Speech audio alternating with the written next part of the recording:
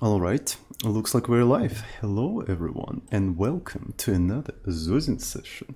How about that? So, let's make a little bit of an announcement, as a famous champion said. We're gonna do that on our Discord server. Hello everyone. Hello to the Prime. Hello Lazy008, Epic Pix, Biter Bot. Hello. So we're gonna say Red Circle live on Twitch, and we're gonna say what we're doing today. We are developing a compiler today, but we're developing the compiler in a very special language called Python. Right, we're developing a compiler in Python. So I'm gonna give the link to the channel. So it's a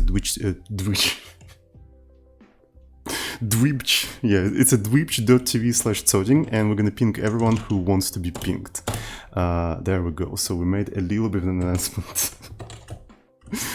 All right. Hello everyone. Hello Hamikovi. Hello to the Prime. I think I already said hello to you. So today we're developing our programming language called Porth. It's basically like Forth, but in Python. You can find the source code of this language in the description if you're watching on YouTube, or you can find it in the chat if you're watching live right now. Today we're going to be solving a very specific problem that I encountered in my language, right? A very specific one, and if we manage to solve that problem by the end of the stream, I'm going to call this stream a success. Hello Extra Big Chungus, hello I00Ellen, Zebis Naga 3, hello, welcome. So let me show you the specific problem that we're solving today, right?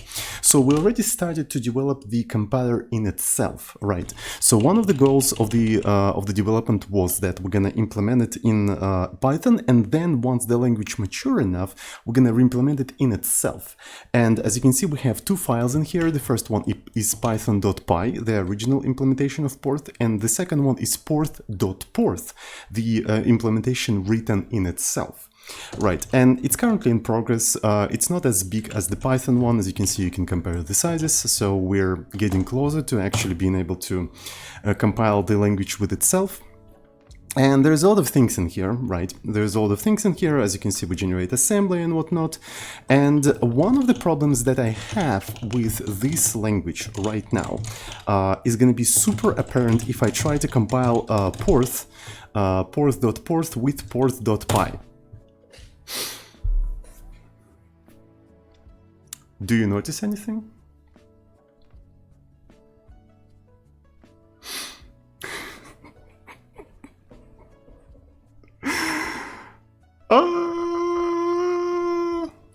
Python is not slow, by the way. So I think it takes like 18 seconds, if I'm not mistaken. Let's actually see.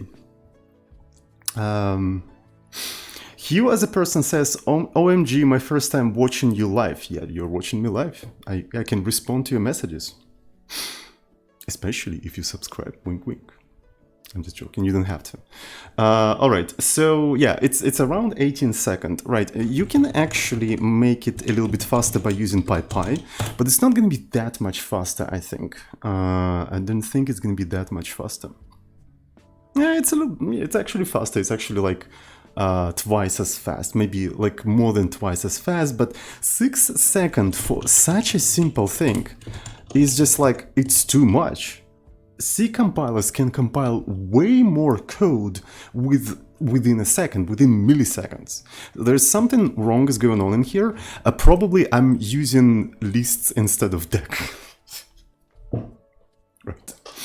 Python is not slow, I'm just using the wrong data structure. That's what's going on in here. Of course, yes, I keep forgetting about that. I'm just using the wrong data structure. So, my hypothesis, which is actually true, by the way, because I confirmed it, is that the type checking process is slow. You can confirm that hypothesis by just taking this entire thing, right, and disable the type checking, right? So one of the things that language does, it actually checks that you don't put too much on the stack. Actually, you don't underflow the stack, and you don't mix up some of the types, because different operations accept different types, and you don't want to mix them up to produce like some sort of undefined behavior. So we do some like rudimentary checks to avoid that. And if you disable these kind of checks, it compiles faster than if you used PyPy, right? You see, I'm using CPython. I disabled the type checking, and it compiles like within, like it compiles way faster if you would use PyPy, right? So obviously the bottleneck in this entire thing is the type checking. So once we identify that, we need to understand what exactly is wrong with the type checking. So we need to understand how the type checking actually works. Right, so here's the thing. I already did like a couple of streams on how type checking works. We even implemented like type checking live. So if I go into the YouTube channel, by the way, if you're watching live, you can find the you know, this thing in here. So here is the YouTube channel. If you're watching on YouTube, obviously you know where you are. Right, so there was a couple of streams where we were implementing the type system. So here's the episode 15 and episode 16, static type checking and advanced type checking. So I'm gonna actually link both of these things in the description. So this is gonna be a static type checking episode, there we go, and advanced type checking episode. Right, so advanced one is this one. I'm gonna copy paste this entire thing in here. All right, and for people who's watching live, I'm gonna actually copy these two links right now in the chat, so you can put them into your to watch list if you want to, of course. Right, and here's the thing. After those streams, I kind of fundamentally changed the way the type checking works in Porth. And I did it off screen is because I needed that change, because the original type checking implementation was kind of poo-poo, right? So I fixed it, but I didn't stream the fix because I thought that nobody would care.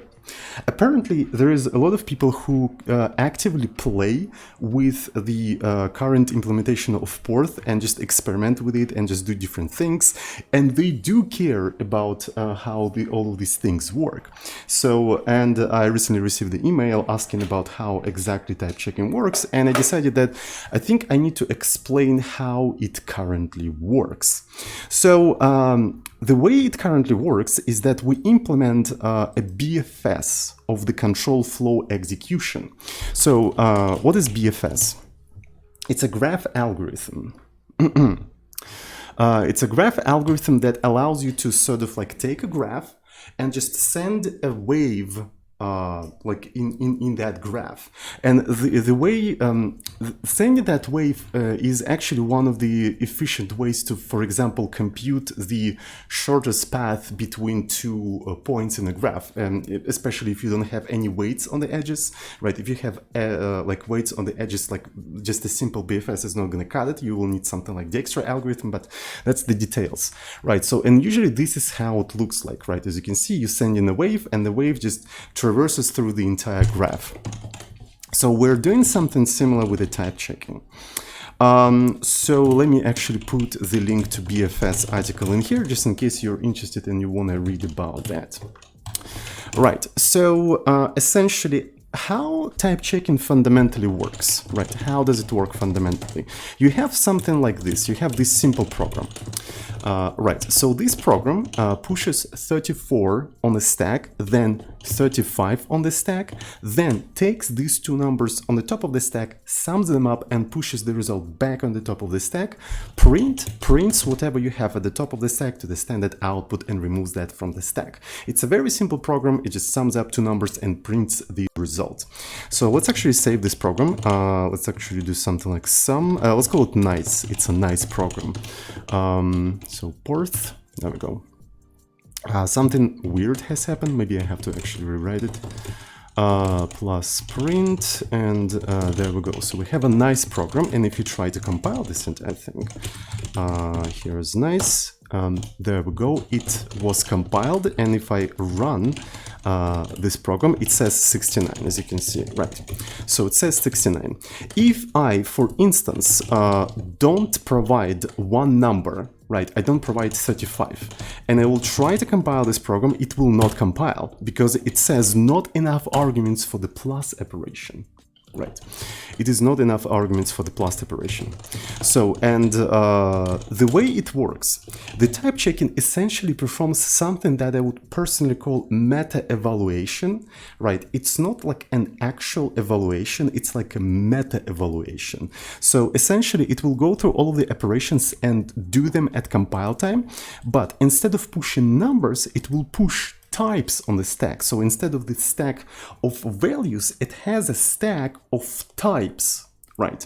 So, and it encounters 34, it pushes 30, like integer on the stack. So now on the stack you have integer.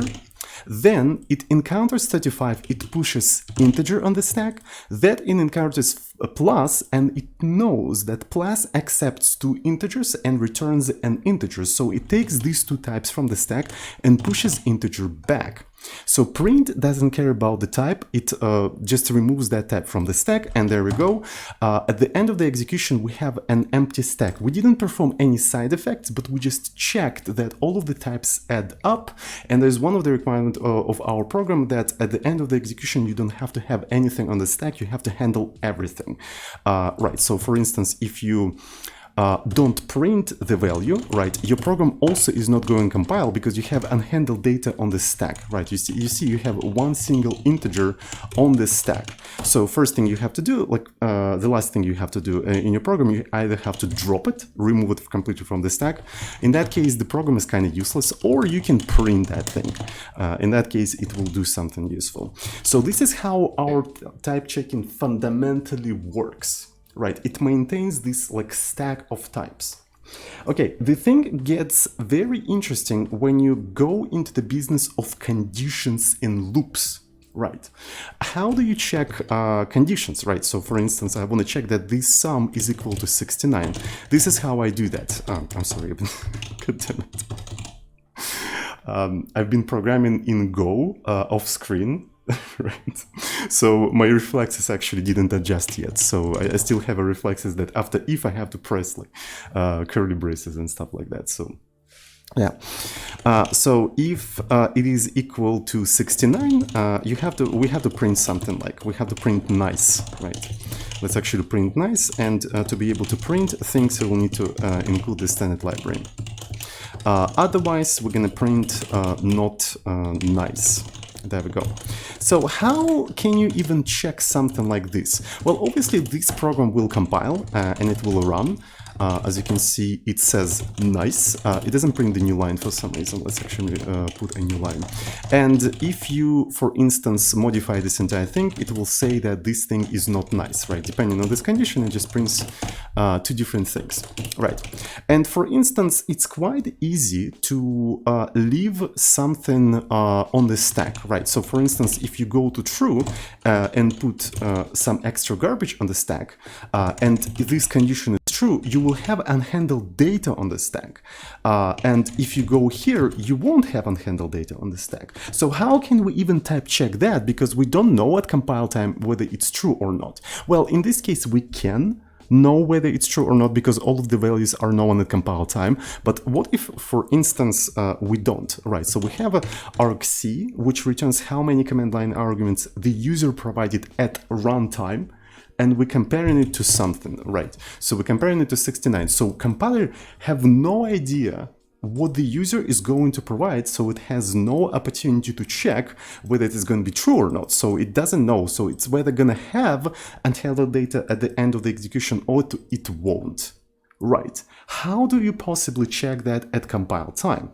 Right. But what's interesting is that it will check that. Right, it will tell you that you haven't handled data at the end of the stack and that data was introduced in here. Right, but what's interesting is that if you try to drop that data, you're creating like a very interesting situation. Right, What if the execution went into else? In that case, drop will not have any operation, right? There's uncertainty here. Drop will be correct only if this thing is true, and incorrect if it's false and this thing goes into this execution. Does it make any sense? Right? So it's kind of uncertain. How do you check for this kind of stuff? But what's interesting is that our compiler will check for that, right? So it will say that not enough arguments for the drop. So for this program to compile, both of the branches have to provide some value. Both of them have to provide some value, and only then this will compile, because in both of the branches, drop has something to drop, and drop has something to print, right? For instance, here we're gonna have something like this. Unfortunately, I cannot, it's kind of difficult to provide 69 arguments for the program to actually confirm. Let's actually provide like a check for 2 of them, right? In that case, I only have to provide like one thing, foo, and as you can see, it says nice, and if I don't provide foo, it says not nice for 20. So the question is, how does it check these really complicated, you know, uncertain situations, right? And the shit goes even more complicated when you have chained things, right? Because you can chain ifs. You can have another condition in here, like this. And you can have another condition and another condition, and you need to check all of the branches, and the shit goes crazy. Like, how do you check all of these things? What about while loops, right? What about while loops with ifs and stuff like that? You just like have a shit ton of branching. Well, here is the answer. This is where BFFs comes in. So essentially, every time the meta evaluator encounters if, it splits the stack in 2. Right, so essentially it splits the stack in 2, you have 2 copies of the stack, and then it continues meta evaluation in true and false branch simultaneously. So, and if any of the branches it finds a mistake or some like inconsistency, it basically breaks the compilation. So this is how it works. Every time it encounters ifs, it splits execution and continues like checking things. And in the code itself, right? In the code itself, Porth.py. So we have a function called type check program, and in here we have a list of contexts. And this is, by the way, the reason why the program is so slow, because I'm using list of contexts instead of the deck of the contexts. If I used deck of the contexts, this entire program would have been faster than if it was written in C, right? So that's the actual bottleneck in here, right? You see, that's the real bottleneck. Anyway, I digress. So the context is basically the context of meta evaluation. And within the context of meta evaluation, we have the current data stack, right? The stack of types, the return stack, and return stack is very important for handling procedures, right? Because when you go inside of the procedure, and then you reach the end of the procedure, you have to return back to where you actually called it. So that's why we maintain the return stack in here. And IP stands for instruction pointer. It's not internet protocol, it's instruction pointer. And it points at the current instruction that you're currently executing. So as you can see, we have a list of contexts, right? And at the beginning, we have only one context, with the empty stack, with the IP equal to 0, because this is where the program starts to execute, and with the return stack empty, because you don't have to return anywhere, right? And if you encounter if, right, what do?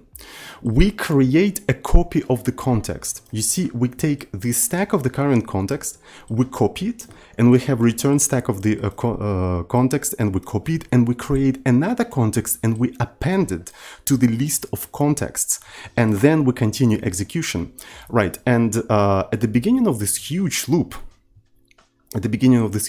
we take the context at the top. We take the context of the top, we check that it didn't finish executing, and we continue working in it.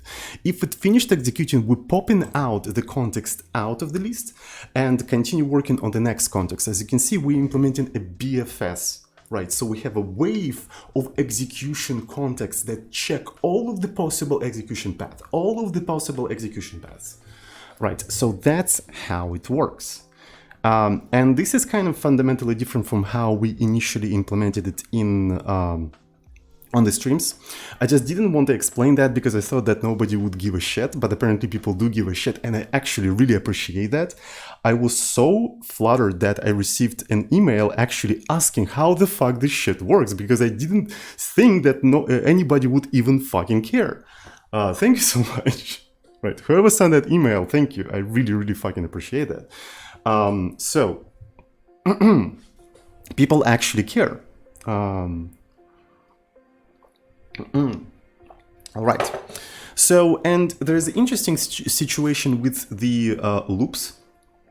Loops are kind of complicated to check, right?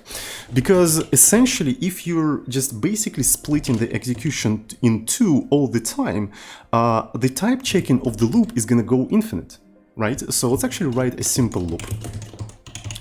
Something like 0, while dupe is less than 10. God fucking damn it.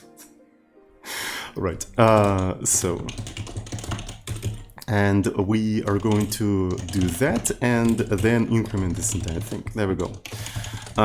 So, and I'm gonna try to print it, unhandle data on the stack yet, because at the end of the stack you just have this counter that you need to drop at the end. As you can see, we have a program that prints the stuff from 0 to 10, right? That's pretty cool.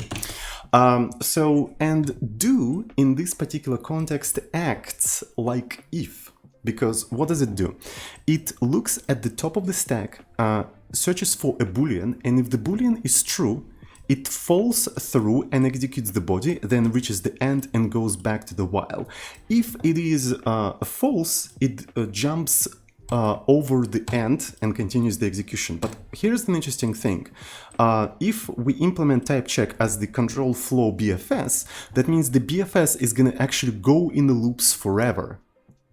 Right, so it's gonna go in a loop forever and keep splitting the context in two until it runs out of memory. So you literally, if you want to type check the loop with that approach, you literally have to go in a loop forever, and there's no way to break out of that. So the way I broke out of that is the following. When I encounter do, I mark that I already visited that do. And not only that, I also make a copy of the current stack, and I save it and say that at that point of the execution, the stack was like this. Then I continue execution and I encounter do and I check, did I visit that do before? And if I did, what was its stack? Okay, I take what was its stack and I take the current state of the stack and I compare them. And here I enforce a very interesting rule. I say that the loop should not modify the state of the stack. It should not modify the amount of the elements on the stack and the types that are on the stack. So basically the loop can go as as much as it wants, but it should basically always go back to its original state when it reaches do. And once we encounter that, we just basically stop this context and continue executing the false branch of the of the BFS, and that way we can break out of the loop. Right. So this is basically how it works, and this is how we check for the loops. For instance, if you just push some garbage on the stack in a loop, it will not compile, right? So as you can see, it will tell you precisely loops are not allowed to alter types and amount of elements on the stack. So expected elements is this, but the actual elements were these. You have an extra integer in here, so you have to remove that integer. The error messages are kind of crappy, but we're gonna fix them a little bit later. So this is basically how the type checking currently works. All right.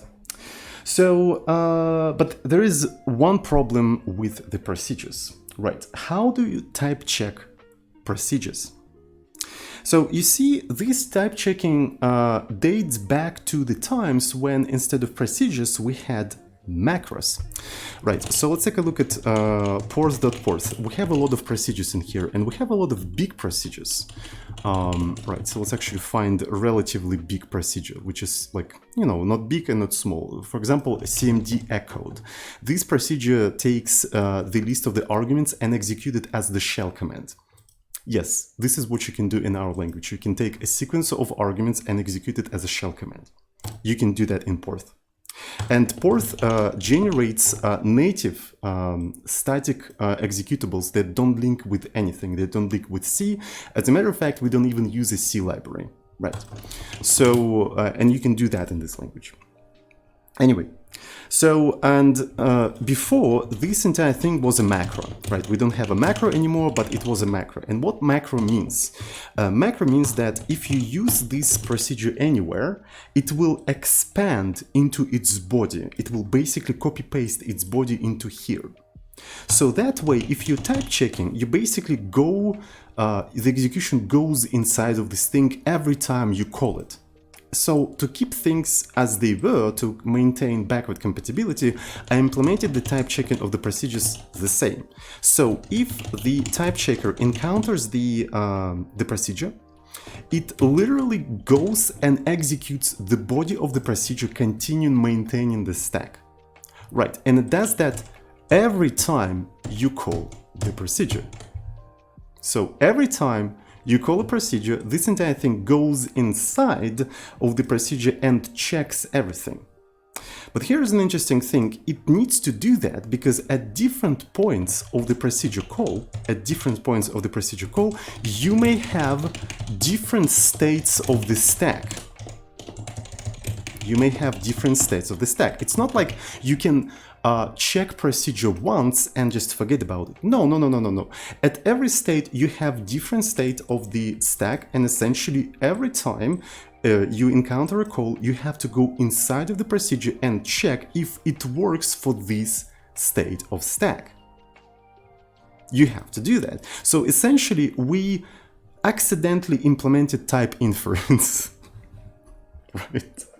So that's what we did. We accidentally implemented type inference, and because it has to go into like these procedures over and over again, and there is a lot of big procedures, you can imagine why the compilation of such a small program like 1,000 lines, by the way, is a small program. For all of you CS students out there who hasn't graduated and never worked in a Java enterprise, I'm telling you, 1,000 lines of code is a very tiny program. It's a micro program. It's a very, very small program.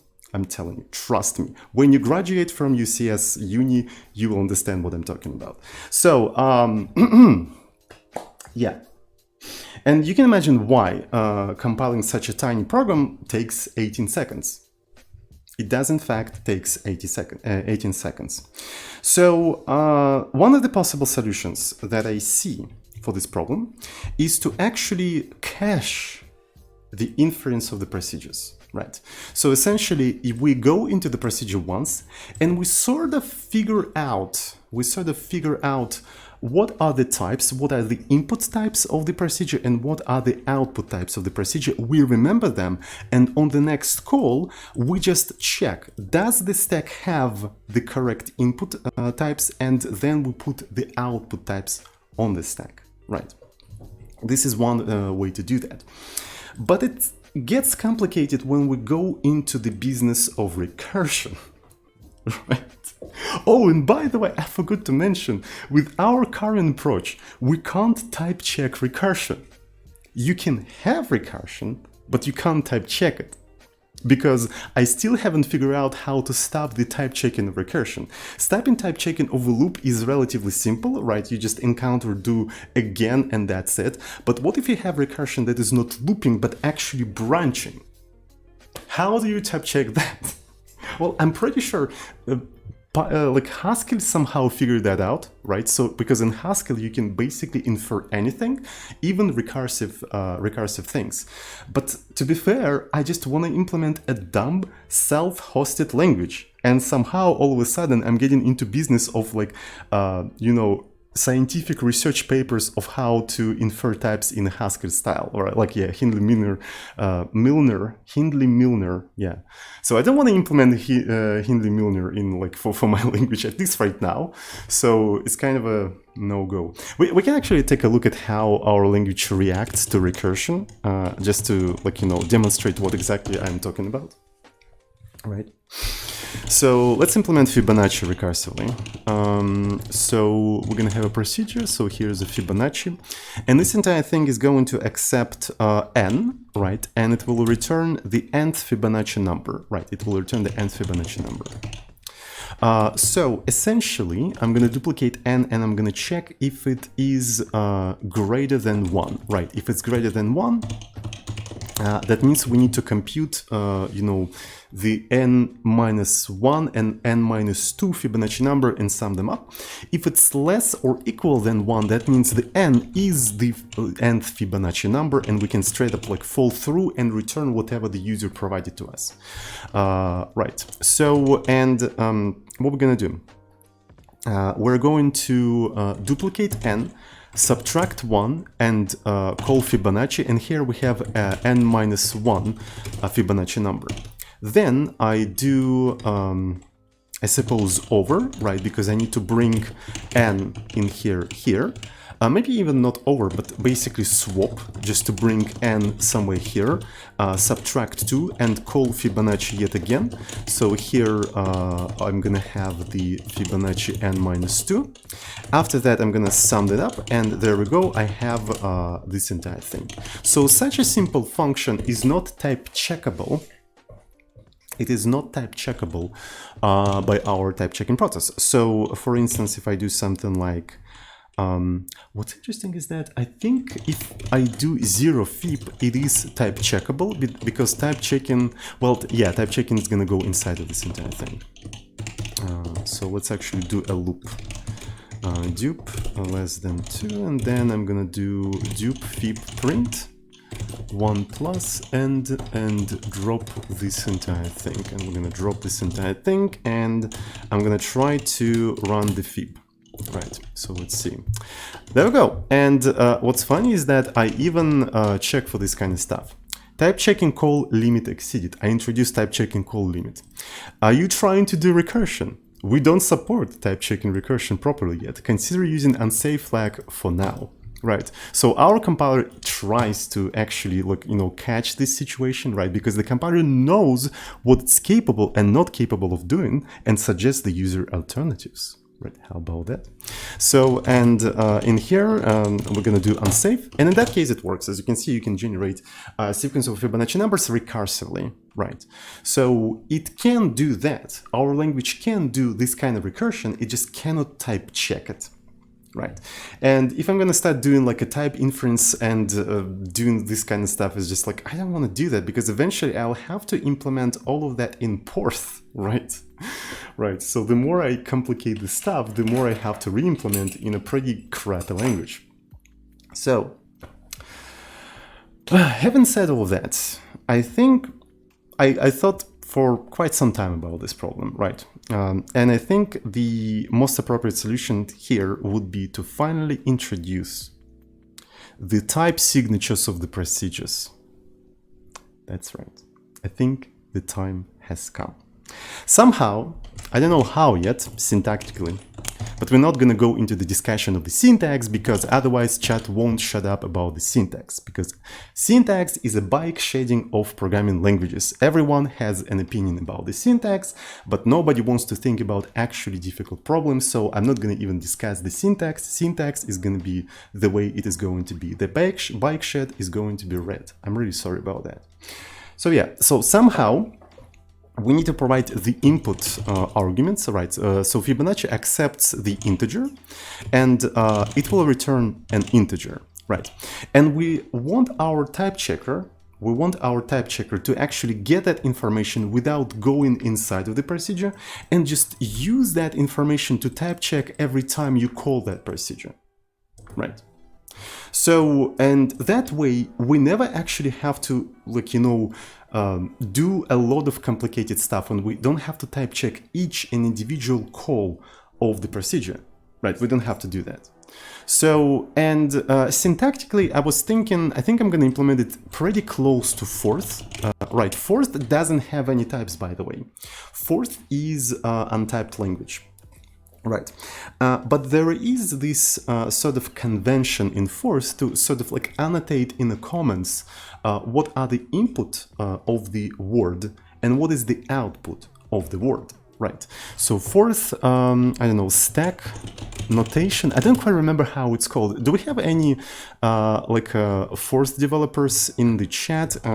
Stack words. Yeah, there we go. So here's the notation, really. So we've got, I suppose, a donation. Type it Porth. Type it forth, yes. MJEC 116 donated 10 and 69 $10.69 saying typed forth. Thank you so much for the generous donation. And yeah, we're gonna have typed. It's already typed, actually. It's already typed. It's just like we have no way to provide type annotations. So this is the convention that Forth developers use, right? So here is the input of the word rotate, and here is the output, right? They usually use double dash, but I suppose double dash was rendered by Google or maybe browser, but by somebody, by whatever software renders this thing as like a long dash, which as far as I know, not correct, right? The convention is that you use double dash. So this is the top of the stack, the current state of the stack, and this is the output of the stack. And we're gonna use something similar. I was thinking, how can we implement that? So essentially we can implement it like so. So here you're gonna have input types, right? So you provide the name of the procedure, then you provide the input parameters. Then you separate input parameters with dash dash, and here you provide the output parameters. And then you end the output parameters with the keyword in. Right, so you have procedure, name, input parameters, dash dash, output parameters, in, and then you have this entire thing, right? So the reason why I actually decided on this particular syntax is because when you're gonna have a lot of input and output parameters, right? So you're starting to have a lot of things in here. It would be relatively easy to just take this thing, put it on the next line, right, then separate the output parameters like this and put in here.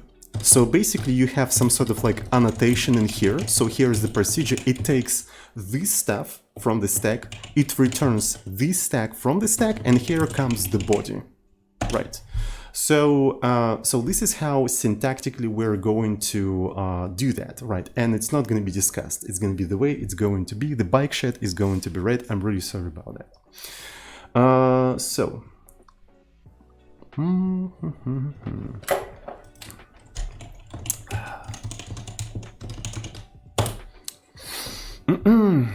so does anyone have any questions so far?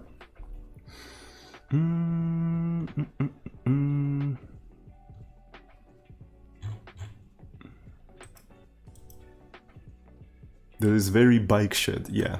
So, and what kind of types are we going to have? So right now, Camel gifted a tier 1 sub to Porth. Wait, what? So there is a user called Porth on Twitch.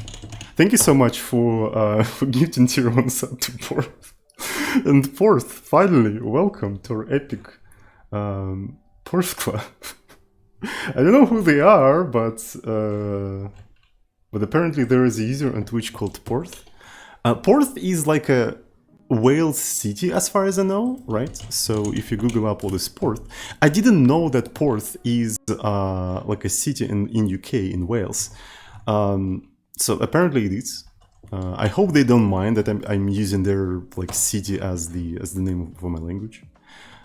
It even is called Why Porth. Yeah, that's a good question. Why Porth?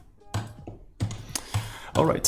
So so right now, our type system consists of 3 main types. The first type we have is an integer, basically 64-bit integer, the pointer in a memory, and the boolean. Right, so these are the types that we have, and this is the types that we're going to use throughout the entire type checking. So in the future, we're going to extend the amount of types, but that's basic, you know, fundamental types we have. Right, so, and for the Fibonacci, right, Fibonacci accepts a single integer and returns a single integer. Right, so this is how the type signature is going to look like.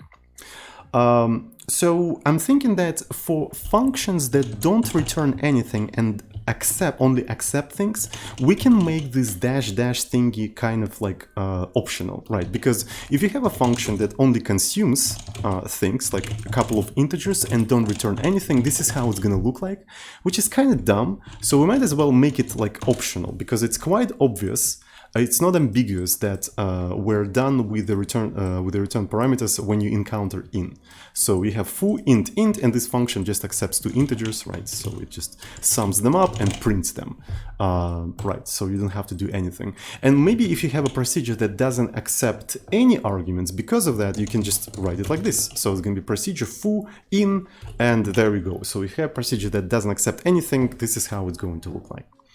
Right, so yeah, looks reasonable to me. And let's go ahead and implement that.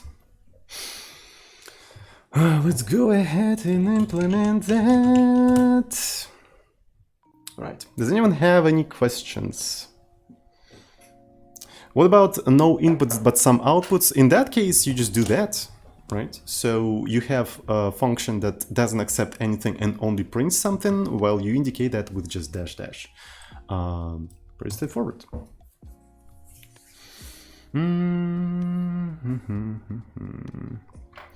I think the parameters should have optional names because they show what the procedure does. We'll think about that. So yeah, I don't try to think about the details unless I actually go into the details.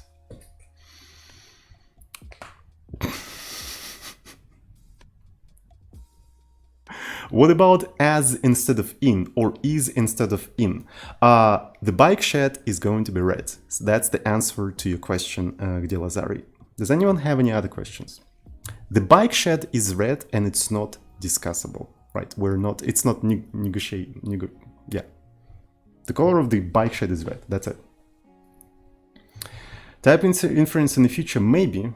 In the far, far, far future, when I retire, I'm gonna be 15, I'll go back to this project and I'll think, you know what? I think I need to implement type inference for this thing. Yeah, sure. But later. Gia, what's up? Hi. What the fuck, I don't even have a bike. I don't even know how to ride a bike. Not everybody knows about that, but I don't know how to ride a bike. Sorry. The bike shed is covered in rust, exactly. It's a rusty bike shed. Wait, you too? Yes. Definitely, you also don't know how to ride a bike. Okay, so there we go. Don't feel ashamed about that. Alright, so let's go ahead and implement this shit.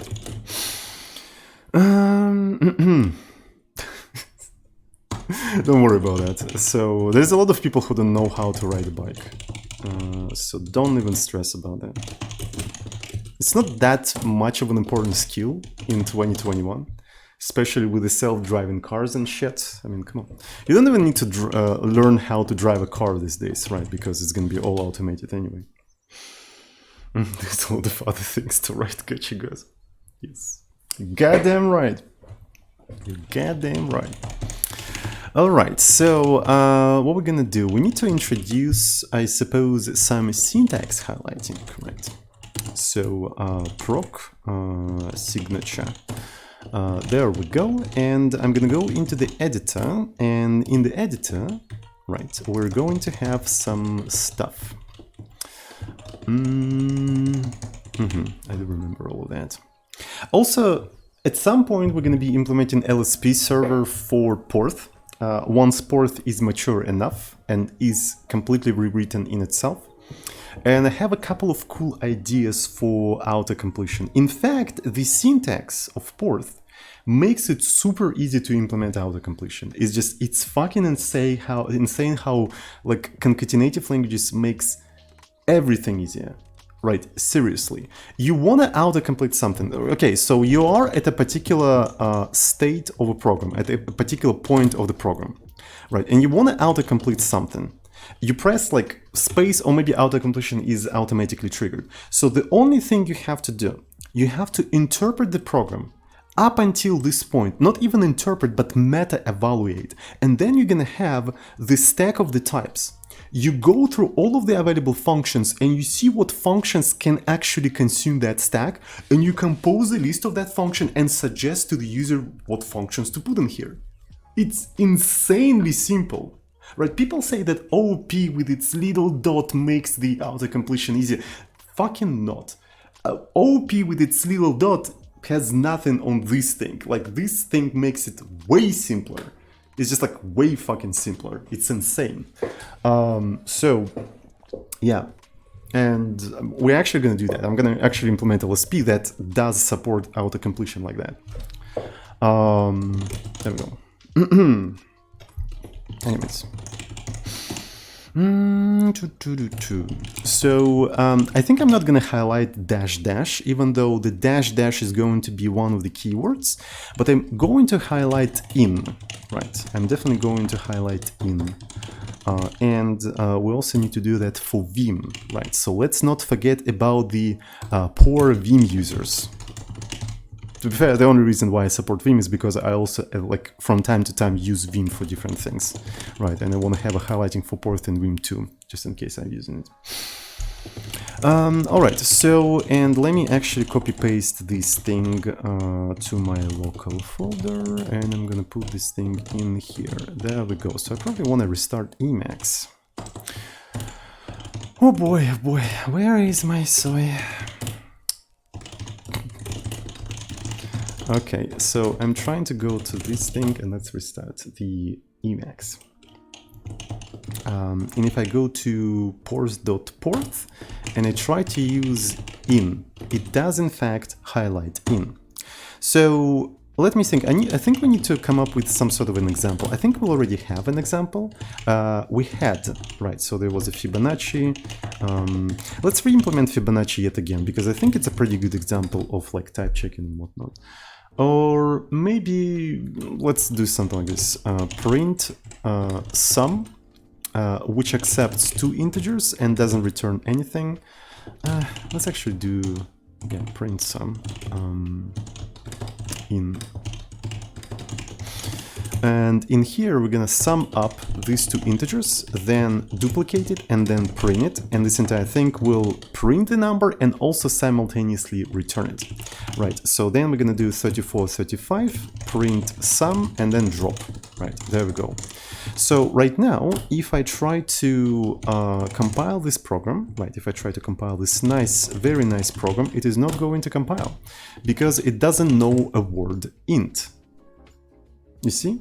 So because it interprets it like as body, so it doesn't know that this is a part of a signature, right? It doesn't know it's a part of a signature, so it thinks that, oh yeah, this is like a word that you're trying to use, right? So, and there's no such word, so it kind of fails. Okay, so I think we're gonna start with introducing a couple of keywords to our language. So we have a list of keywords that we want to introduce. Where are keywords? So we have assert, and we're going to introduce, I suppose, in, right? And dash dash is also going to be a special keyword, but the question is how we're going to call it. Are we going to call it dash dash? I mean, why not? Sounds like a good name to me. Let's try to compile this entire thing and see in what places it will fail. So it fails in here, prompting us to actually add the name for these things.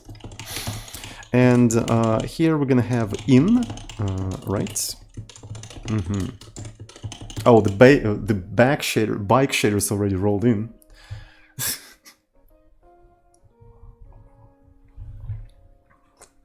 I think I know how I'm gonna call this thing actually. Bike shader. There we go. So this specific separator is officially called the bike shader. Yes. This is the official name for that small little separator of input and output parameters. Bike shader. And this is how we're going to refer to this thing throughout the documentation of Porth. This is a bike shader. All right. The bike shader separator. So yeah, there we go. So where is this stuff? The bike share. Okay. Bike shader. All right. So, and if I go to actually update, so we added 2 keywords, so that means it's going to be 15, right? So this is 15 words.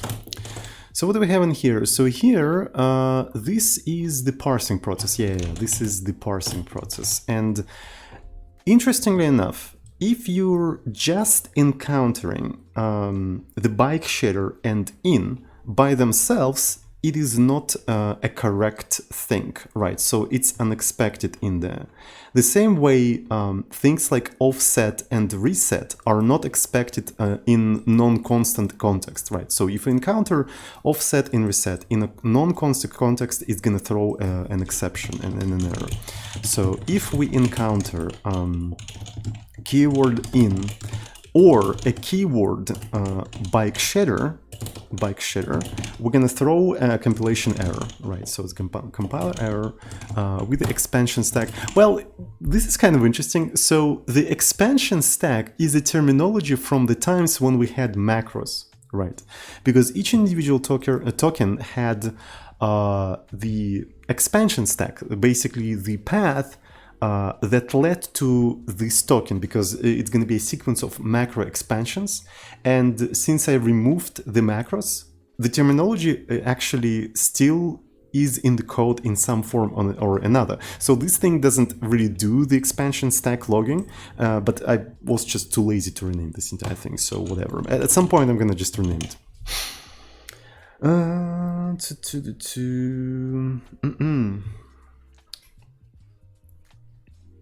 Include still expands. Nah, it doesn't. It doesn't expand anymore, actually. When you encounter the include, I just call parse program from file again. I don't expand it. I just call parsing recursively. So yeah. So I actually changed that. And while I do that recursively, I also see how many times we include it. And if it's over the inclusion limit, I throw include limit is exceeded, and so on and so forth. All right. So what we're gonna say in here, keyword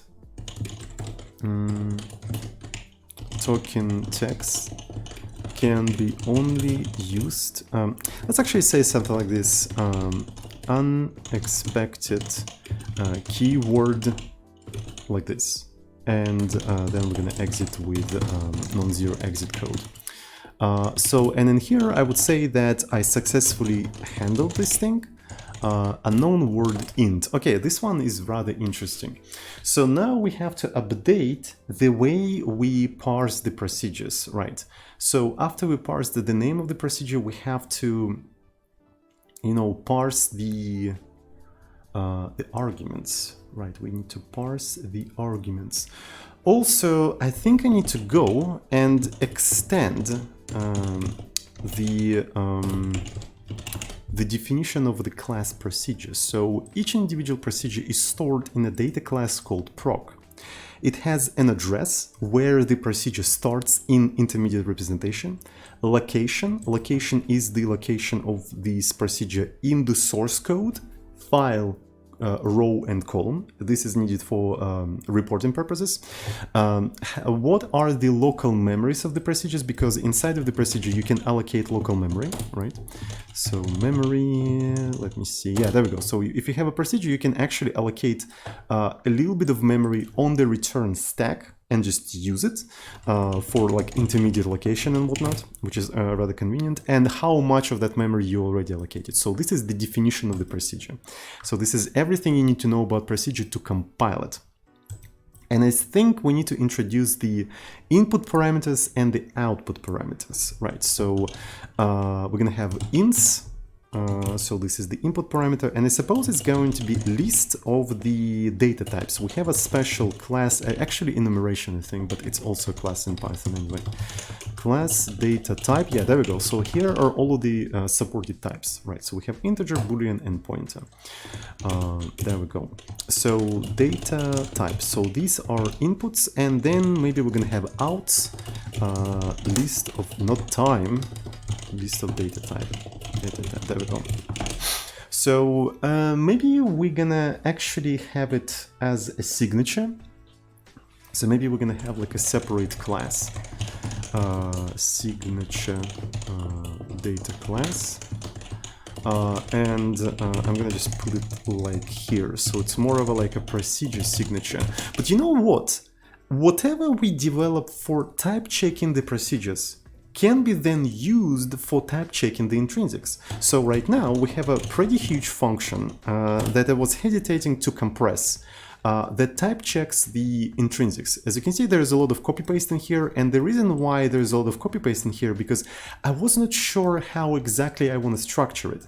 And if I start structuring it and enforcing some specific way of doing things, I was afraid that I won't be able to extend that system. Right now, I can see that whatever I'm developing for the procedures can be reused for the intrinsics as well. So I need to develop that with that thing in mind. So it's more of a like, it's not really signature, it's more of a like a contract. I think it's a pretty good name for this thing. Yeah, it's basically a word contract, right? So it expects these kind of things on the stack and it outputs these kind of things on the stack. And this kind of contract could be described by a procedure, or it could be baked into intrinsics, or some of the keywords, not only intrinsics, but keywords can also have contracts, like if has a contract that it accepts a boolean but doesn't return anything on the stack. So these sort of things, like what you can accept and what you can return, are not particularly signatures, they're more of like a contracts, right? And these contracts are applicable for different entities within the language. Right, so let's actually call them not a signature but a contract, right? So, and that way we'll be able to reuse that mechanism for other things, not only procedures, for intrinsics, for keywords, and so on and so forth.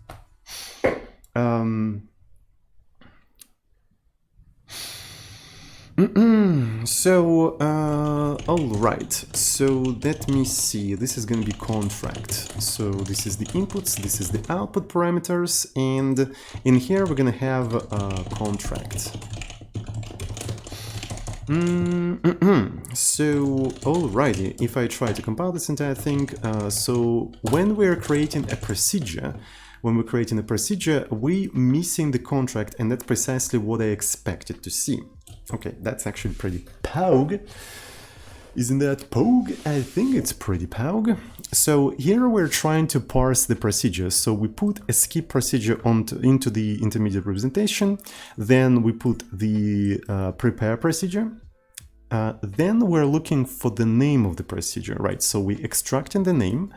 And I suppose, okay, so we check that the name is a word, and then we extract this stuff and this stuff. We check that we're not redefining the word. And I suppose after that, we need to have something like parse proc contract.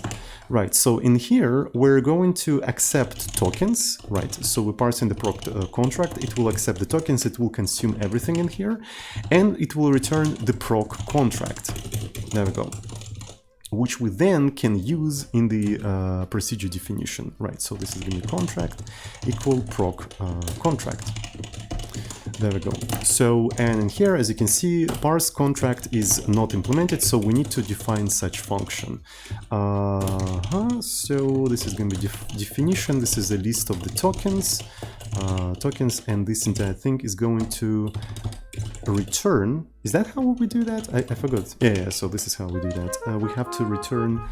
Где Lazari subscribed with Twitch Prime. Thank you so much for Twitch Prime subscription, and welcome to our epic Porth Club.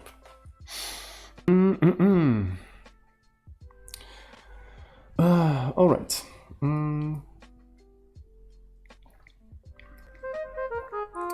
Killian DE subscribed with another Twitch Prime. Thank you so much for Twitch Prime. So many new people in here today. Welcome to our Epic Porth Club. All right, so here's the contract, and this entire thing is not implemented yet. Not implemented. Okay. So yeah, so we hit here, and as you can see, it is not implemented. Contract ins. We don't have any ins right now, and we don't have any outs right now. So what we need to do, we need to basically consume the tokens of our tokens until we encounter the bike shader, or until we ran out of tokens. So that's essentially what we have to do, right? While len our tokens is greater than 0, what are we doing? We know that there are some tokens in here, and if maybe we have to actually pop that token. So this is going to be our tokens pop, right? And the tokens can be of different types. So what kind of types can we have? Token type. So we are specifically looking for things like words, because an integer, pointer, and boolean are basically words, right? Token type word, and this is basically not implemented. Word not implemented. So the other things we're looking for keywords, right? We're looking either for bike shader or for the in, right? If the token type is token type keyword, we're gonna also say that a keyword is not implemented. Otherwise, we encountered the type of the token that is not allowed in the procedure definition, in the procedure signature. So we have to say that. So I'm going to do compiler error with expansion stack, and so it's going to be located at the token, right? I'm going to say unexpected. So let's actually put it this way: human to token type, and I forgot how you do that. So it's going to be def human number. So human number is going to be plural, right? So basically it will take the token type and transform it into human readable object, into human readable noun. Yes, maybe I should rename this type into humber. Yeah, I think human number is a humber, right? So in here I want to say, if it's a word, I want to say words are not allowed in token definition, right? So, and to generate such thing, I have to provide plural in here, right? And for different kinds of tokens, it will say words, integers, strings, C strings, characters, and so on and so forth. So these things are not allowed in procedure definition, right? Expected human, so this has to be something like this, human token type word, or human token type keyword. And it doesn't really say what kind of keyword, right? So because we expect specifically two keywords, either bike shader or the in, right? Either bike shader or the in.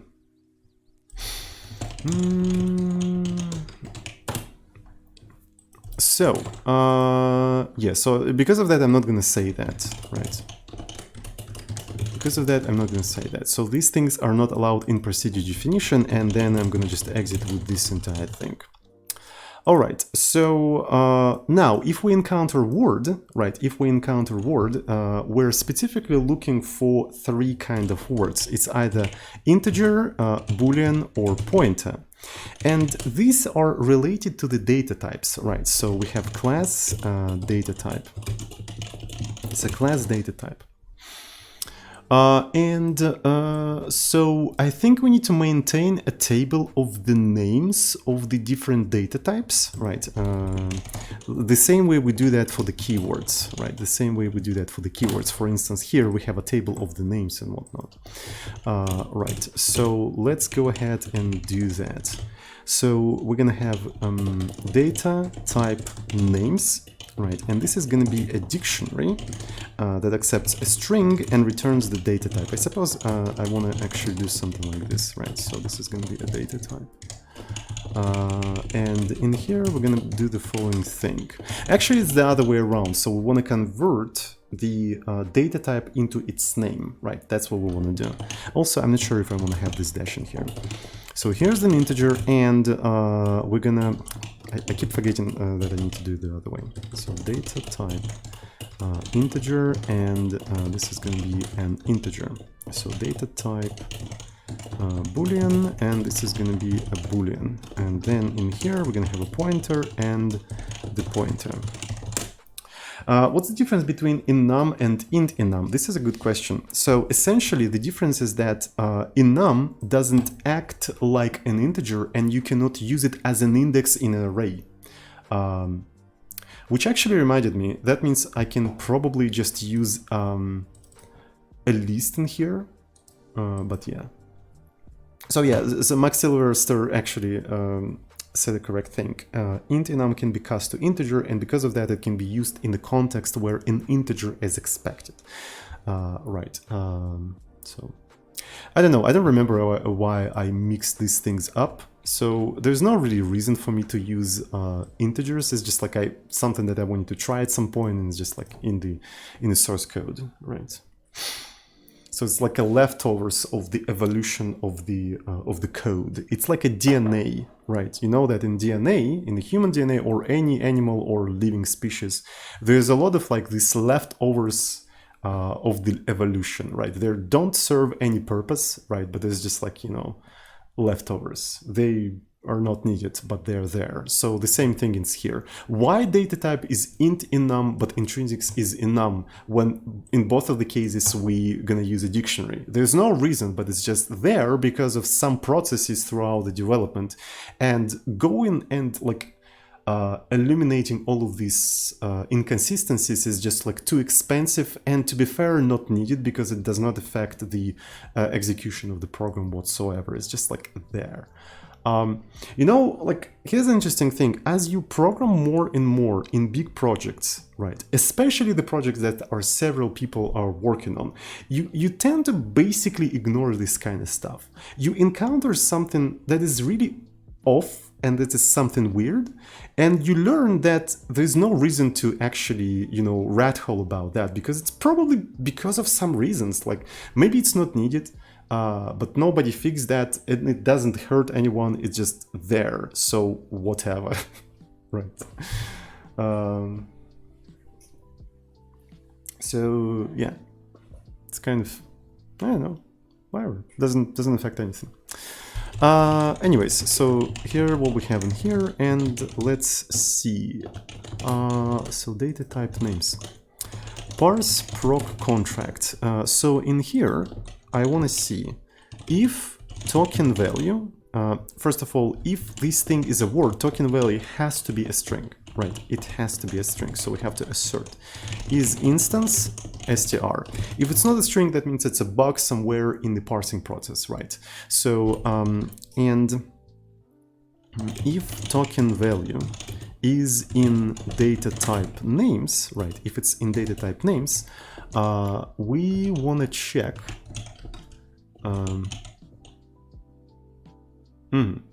We do data type. Oh shit! I'm an idiot. Yeah. So I need the other way around. Actually, I need the other way around. Data type by name.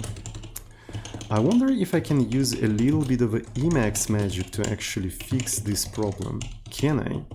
Can I have just a tiny bit of Emacs magic to refactor this entire stuff back? Just basically like so. Right. basically like so. Cool. So data type by name. Parse proc contracts. Data type by name. If this thing is there, we take data type by name, token value, and here is the data type. And essentially what we have to do, we have to add that thing to list of the inputs of the contract, right? So we're adding that to the list of the contracts. Otherwise, we have to throw an error, right? So this is going to be a compiler error with expansion stack. So this is going to be the token. So what we're going to say, unknown data type, and we're going to just say unknown data type token value, and then exit with non-zero exit code. Okay, so I think that's pretty much everything I want you to say to do in here, right, in terms of parsing. And then if we encounter a keyword, we want to see what kind of keyword is that, right? What kind of keyword is that? So if it's bike shader, right? If it's a bike shader, we have to continue execution of the, we have to continue parsing of the outputs. If it's in, we have to stop and return like everything. So if token value, first of all, token value has to be the instance of the keyword.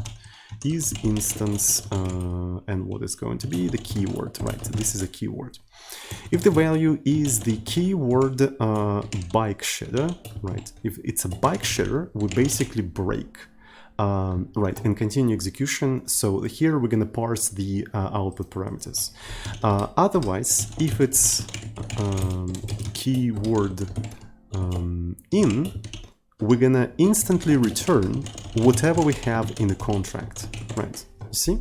So if it's a bike shader, we continue. If it's not, we just return as skipping like everything straight up.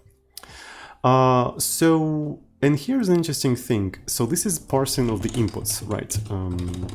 Parsing inputs. The outputs is kind of the same. And this is kind of the problem with reusing the code and whatnot.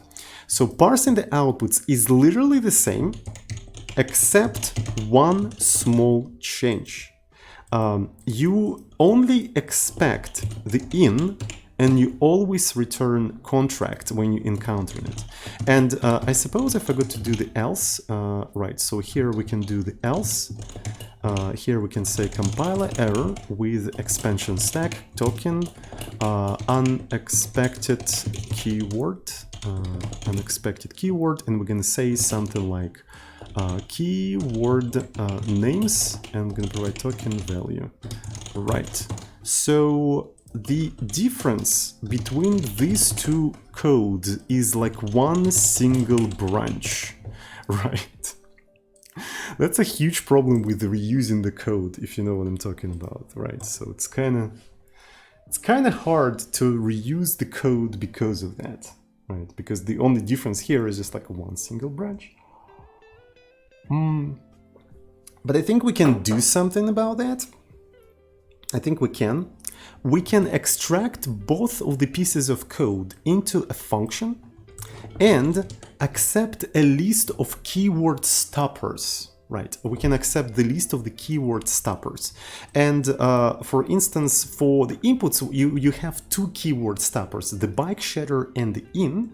And for the outputs, you have only one, stopper, which is in.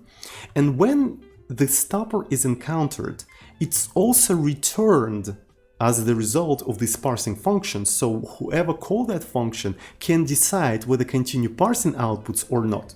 So this is how you can compress these two pieces of code, right? So let's actually try to do that, because that sounds like a pretty good idea, because I don't want to keep these two chunks of similar chunks of codes around and just like, yeah. Okay, parse, how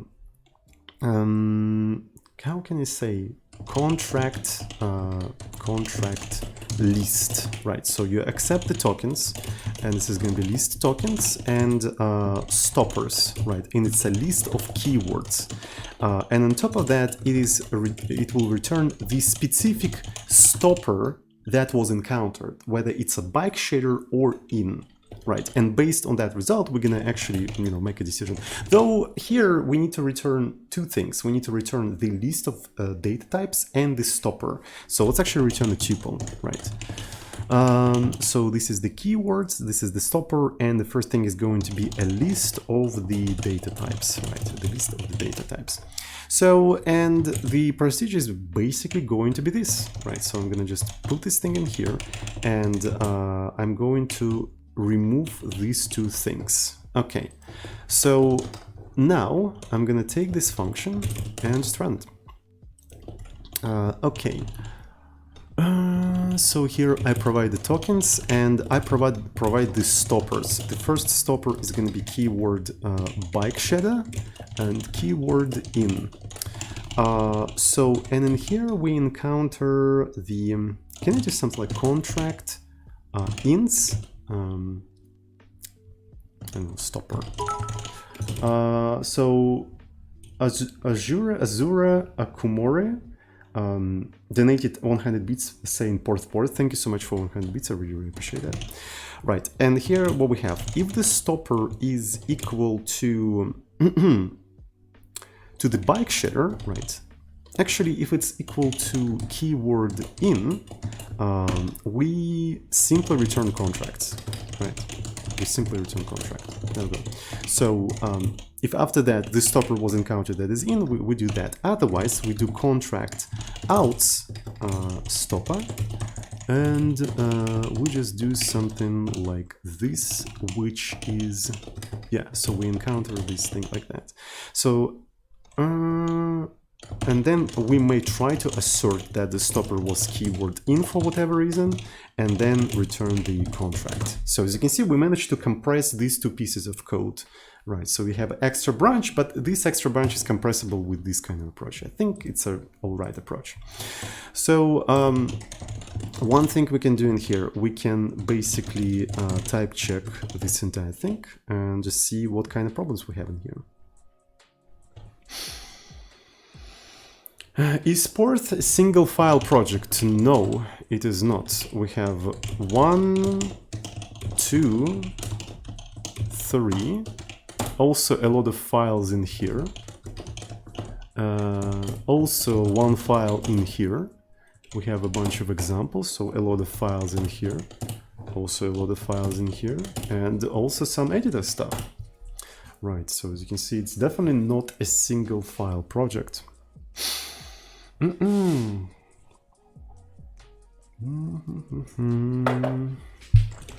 right, so what do we have in here? So missing return statement. Okay, so yeah, here I'll have to maintain the I don't know, the arguments, contract list. Let's call them args, right? So this is going to be list of data types. And we're going to make it empty. So here I'm going to replace contract ins, args, boom, and that's pretty much it. So data type by name.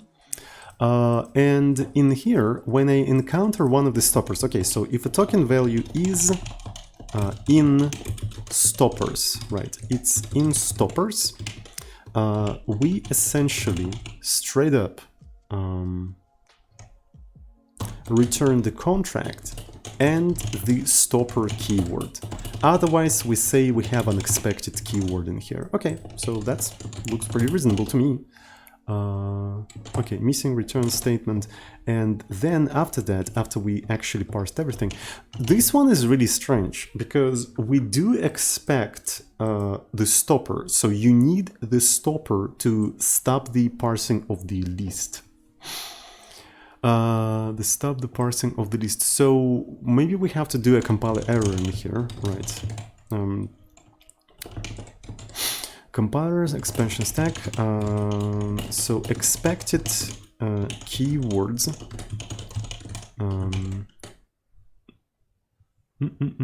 Expected keywords, and we can probably provide something in there.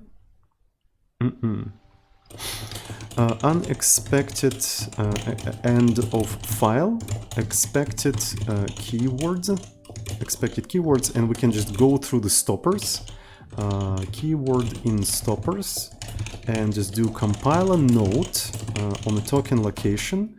Token location saying something like F keyword names, and what we have to provide, the keyword in here, right? So this is going to be the specific name, so the compiler note, and after that we're going to exit with 1.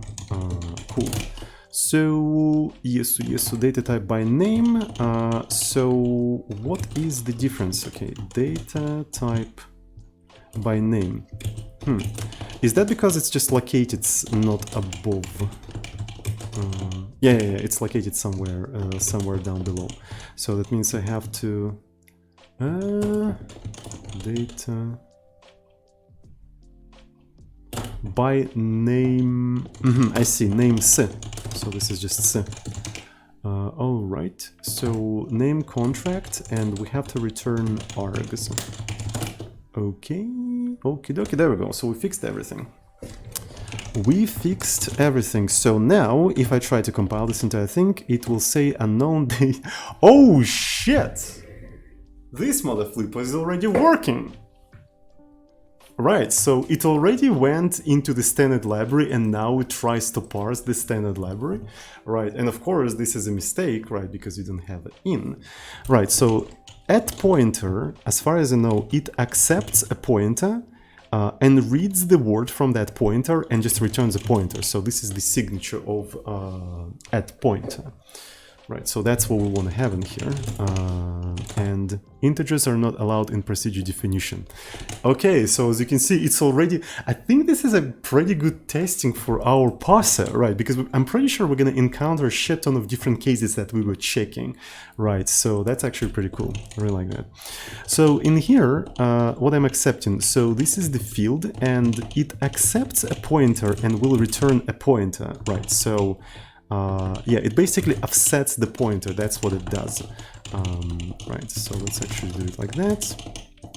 So for all of the procs, and I'm wondering if I can just do something like, yeah, I'll have to do it like that. Then I have to jump in here, and boom! Emacs magic, by the way. Emacs magic. Epic. Freaking epic. Can I align? There we go, look at that. And I forgot ints, that's for sure. I forgot ints. Look at that beauty. Isn't that cool? I think it's pretty freaking cool. So in here, we accept the pointer essentially, and we return an integer, if I'm not mistaken. There we go. So that's the special function in here.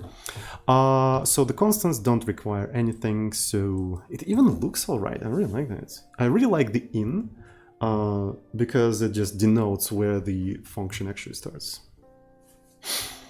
All right, so let me see. Unknown data type. Okay, that's cool.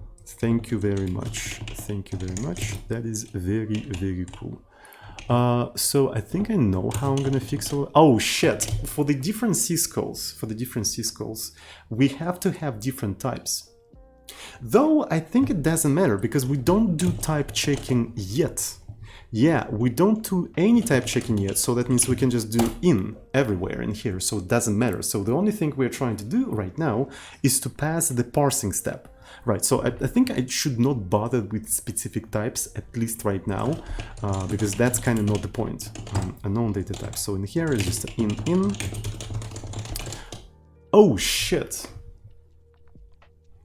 What's going to be the data type for things like to drop and because they're kind of generic, aren't they? We can introduce something like any, right? Any, right? So, but we erase the types if we introduce any, right? Because toDupe, like you may have like a bunch of integers, like integer and a pointer, and toDupe is supposed to do this. So it keeps tracking of the types on the stack. And there's no easy way to do that, so you literally need generics to keep... Holy fuck! I was going on this entire adventure just to avoid implementing Hindley-Miller, and now I need generics.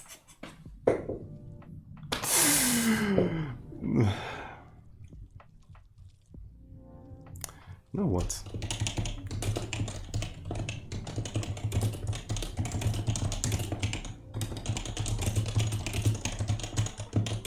How many of them do we have? Like, I didn't think we have that many generic procedures. Shouldn't be that difficult to implement, by the way, if you think about it. You just introduce, like, okay, Hyux0 subscribed at tier 1. Thank you so much for 7 months of tier 1 subscription. Thank you, thank you, thank you, and welcome to Epic Porth Club. Thank you so much. So we could do something like proc to dupe, and you would say AB, AB, AB, but then you'll have to denote that those things are generics, right? So in OCaml you put like a prime in here, but our parser won't be able to actually parse that. We can put something like this, right? And then you apply the same type checking process as with specific types. So I don't think it's that hard to implement, but implementing all of that is going to be like outside of the scope of what we're trying to do right now, so probably not going to do that. Okay. Or make them strings. That's a pretty cool idea, actually. Yeah. So A, B. It's a pretty cool idea. I really like that. So that way you don't really have to do anything from the point of parsing. Harson subscribed at tier 1. Thank you so much for tier 1 subscription. Your first subscription, but hey! Thank you and welcome to our epic portal.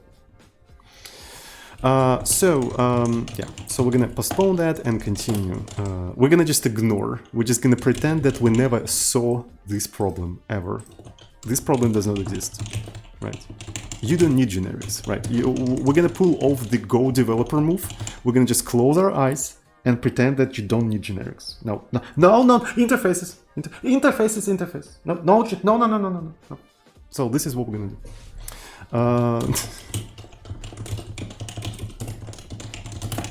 Okay. Got it. So here we're gonna have another thing. Alright, so what I have to do, I just have to go through all of the procedures. Maybe I can just do it like that. Can I just query replace this motherflippers? Can I? Okay, query replace proc, then you have something like this, and then the space, right? And then you can say proc. Maybe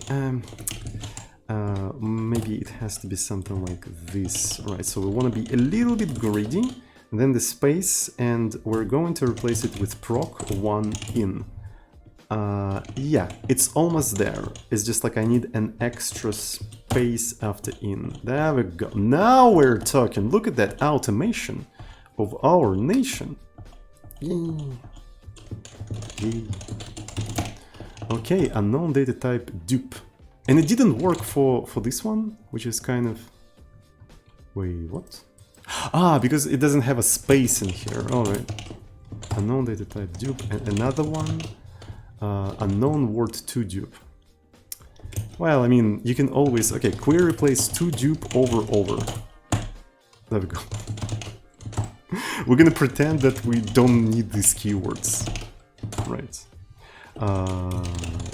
Yep. Cast int. Okay, so let me query replace this thing, but now, this time, it is not going to be space, it is going to be end of the line, and there we go. Yikes. Okay, finally, it compiled. Wait, it actually fucking compiled. Alright. So, this thing compiled, but it didn't perform any type checking. That's what's interesting about that. We successfully did it, but we didn't perform anything. Okay, so that makes sense. So I think one of the things I want to do, we want to print some of the, you know, type declarations and whatnot. So this is a nice program. To be fair, for the nice program, we don't need the standard library because we only use the print intrinsic. So that's fine. And then in a porth.porth,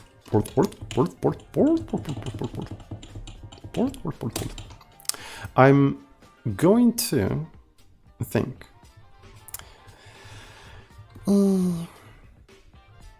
I want to find a place where we call this thing. So parse proc contracts, dev parse program from tokens.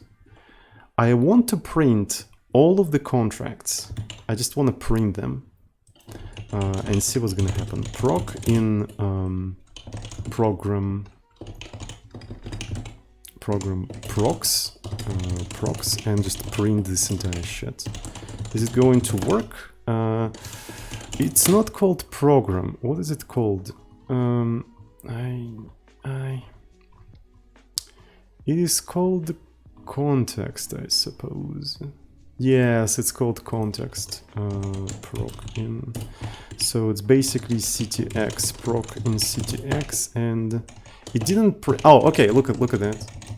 Look at that. So here's a print sum. That's pretty pogue. Maybe we want to do something like items. Maybe proc name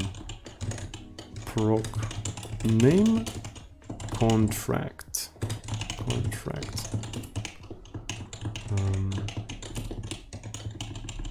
ctx procs. Okay.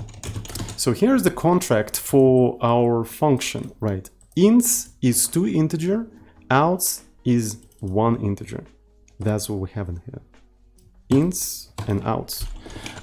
We can change this kind of stuff. We can say that it's going to be int boolean, and it returns pointer. So we can do that because we don't type check that anyway, right? So int boolean, and outs is pointer. So as you can see, we actually parse everything successfully. So yeah. So we can syntactically finally define some of these things. And can I do something like this? Right. So if the signatures becomes too big, you can always split it this way. And as you can see now, you can nicely see what are the inputs of your procedure and what are the outputs. And you can have like a lot of them, and you can also have a lot of outputs, right? So you can just basically format them in a very compact way. So that's precisely the reason why I'm choosing this kind of syntax, because it allows you to do this kind of stuff if you have too many inputs and too many outputs. You can just like format them nicely, more or less. And let's actually confirm that our compiler can parse this kind of shit. Yep, it can parse that. As you can see, here are all of the types that will parse. Cool. So let's go back to the original thing. So here we have 2 integers and you're gonna get 1 integer. We need to now type check this entire thing, right? So how about that? We need to type check this entire thing. So to do that, we need to go to the type check program procedure. By the way, our invalid type is called a breach of contract. We can call it like that, why not? So thank you. That's actually pretty cool terminology. Yeah. So other programs will call it a type checking error. We're going to have a breach of contract. But it will require a lot of renaming, but I'll keep that in mind. Thank you. Thank you so much. Breach of the contract. All right. Okay, so better error reporting on type checking errors of intrinsics. Reported expected and actual types with location that introduce. Yeah, so it's who cares about good error messages, am I right? So let's find the call. Right, so when we encounter a call, what we have to do, right, we have to type check this entire thing, I suppose. We don't need a type check call limit, right? So I'm gonna straight up remove this entire thing. I think the easiest thing to do in this particular case, here's the stuff. The type checking thing doesn't know the contracts of the procedures. That's the problem. It doesn't know the contracts of the procedures. Not implemented, so this is going to be to do. So not implemented. So we need to pass the information of about the procedures, right? But the procs dictionary that we have maps the procedure name to the specific procedure. But we don't know any names at the type checking step, because type checking step accepts the intermediate representation. So intermediate representation doesn't have any types, any names, right? So maybe we'll have to do a trick where we generate a different dictionary that accepts, that basically accepts OP address and maps it to the proc, right? Or maybe we can have something like dictionary OP address maps to a contract, right? So basically we'll need a function that takes this kind of dictionary and produces this dictionary out of that, right? So let me see. Input dictionary str proc and something like this, but I have no idea how to call such thing, right? False, not implemented. Right, so this is going to do false, not implemented. So yeah, essentially what it's going to do, it's going to iterate through the items, like for, I suppose, name proc in procs items, and what it is going to produce is essentially proc. We don't even need to do that. Can I just have values, right? Can I have values? I don't know if I can, but the compiler will tell me if I can.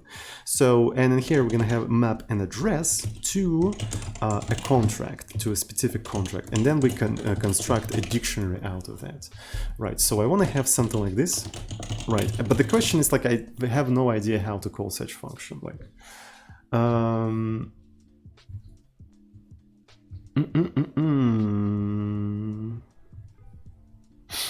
So, but maybe this implementation is so simple that I shouldn't have a function for that, right? So yeah, because I can just copy paste this entire thing inside and just whatever. So this is probably what I'm going to do. All right, going back to type checking, right? So when we type check a program, we need to have the contracts, procs contracts, maybe proc contracts. And this is going to be a dictionary that maps the address of the procedure to this corresponding contract, right? Something like this. To a corresponding contract. And this is the thing that we're going to use in here, right? So if I do to do, no, let's actually go to call. Call, there we go, right. So this is the call, and that means that operand of that operation is an OP address. So we have to assert that is instance OP address. Then we can do proc contract, right? Proc contract, and we can grab the contract of that specific procedure. So then we need to test that contract against the current context. So let's introduce a function type check contract. Actually, yeah, it accepts the current context of the execution. You remember how at the beginning of the stream I said that we do a BFS of all of the control flow, and each individual control flow is represented by this context that maintains the stack, right? So we're gonna have a function that takes the context and the contract and just checks against it, and this thing can be reused not only for the procedures but also for the intrinsics. Yes, because as you can see, this function doesn't accept anything procedure related, right? It doesn't accept the procedure name, the procedure, stuff or anything. It just accepts the current state of the execution and the contract, what's expected on the stack and what's going to be put on the stack back. And it could be anything, actually. So it's a very generic way of type checking that doesn't care whether it's a procedure, intrinsic, or keyword. This is fucking cool. What the fuck? The fuck? I really like that. I'm actually so glad that I decided not to compress all of this intrinsic type checking, because if I compressed it, I would have definitely do it a different way. I would have do it a different way. I wouldn't implement this contract system or anything like that is reusable for procedures. So that's why I tend to not compress the copy paste too early, because you don't know what to expect. You don't know what's going to happen, right? And how the development will turn. And now, once I implement that, compressing this thing is going to be trivial. But at the same time, it's going to be compressed with a mechanism that is reusable not only for the intrinsics, but also for the procedures. That is so cool. I really like that. All right. So, yeah, like a lot of developers these days, they're too eager to compress the code and get rid of the duplicates as soon as possible. But doing so, you're actually limiting yourself. You're losing a lot of information that can be useful in the future.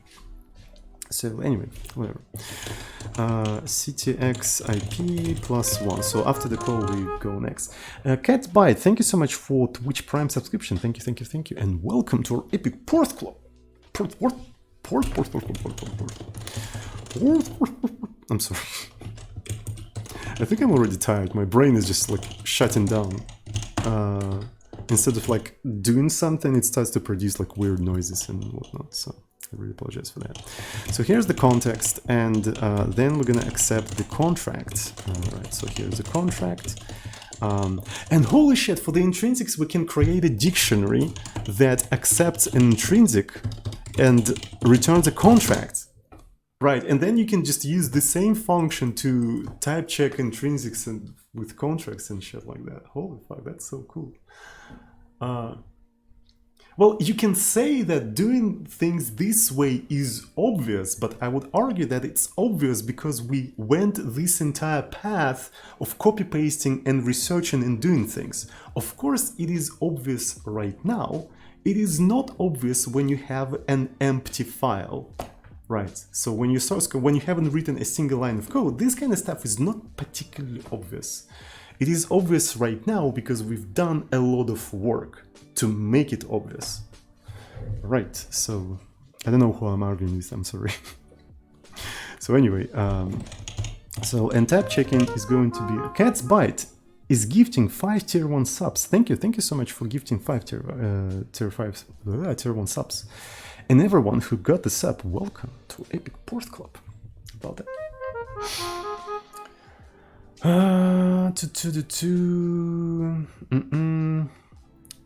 All right. Premature abstraction, premature optimization, premature dry, all bad. I would say that dogmas are bad. All of these things, dry, solid, premature optimization, they're dogmas. It's not that they're bad by themselves. They're bad because they became dogmas. So, yeah, dogmas are bad, not the specific instances of it. So, arguing with me. Am I arguing with you? Okay, sure, cool. This is your first message in the chat that I've ever read, so I'm really glad that I'm arguing with you. I didn't know it'd go do 5 times well. I mean, it's just... I need to create a sense of achievement on my stream, right? So you donated something, you affected the stream, and it's just like you feel the power over the streamer, right? You throw money, and you have a power of destructing the streamer, so... And that feels good, supposedly. I don't know if it actually does. Maybe it does for some people. But thank you so much for the subs. I really appreciate that. All right, so let me see. So this is going to be assert false to do not implemented. There we go. So what do we have in here? Contract is not defined. All right. So where is it defined? It's probably defined somewhere down below. In the comments, down below. Leave a like and subscribe. Oh. Okay, type check. Type check program. Okay, so this is cool. We accept the program, and the program is the stuff that we extracted from the parsing context. So we need to do proc contracts, and this is how we're gonna do that. we're going to take the parse context and the procs, and for proc in values, I still don't know if the values will work, but again, the interpreter will tell me if it's not going to work or not. So this is the address and the the contract. This is the contract, of course. This is the contract. So if I try to compile this entire stuff, so it says invalid syntax. Do I have to? I think I have to make it a tuple. Rust scan, subscribe with Twitch Prime. Thank you so much. So okay, let me see. Python dig comprehension. Comprehension. Dig comprehension. Gotcha, gasm. Okay, so you have to use a colon. I see. Okay. So do I have to do it like that? We'll go missing one requirement, and then I can do proc contract s. And do we have anything else? Look at that! Type check contract. We finally hit the to do not implemented. And the question is, what do we have to do in here? Dig comprehension. Yes, chat like that. I can see that. I stream on Twitch for more than 5 years. Maybe less, actually. I don't remember. But it's pretty close to 5 years. And I know for sure the chat likes the dig jokes. And that's how we became a partner. That's the secret, right? So if you want to become a partner on Twitch, remember, chat likes the dig jokes. It doesn't matter what you're doing on Twitch. As long as you do dig jokes, you're gonna become popular. So yeah. Anyways. What we need to do in here, we need to basically see if the tail of the context stack is the same as the contract's input.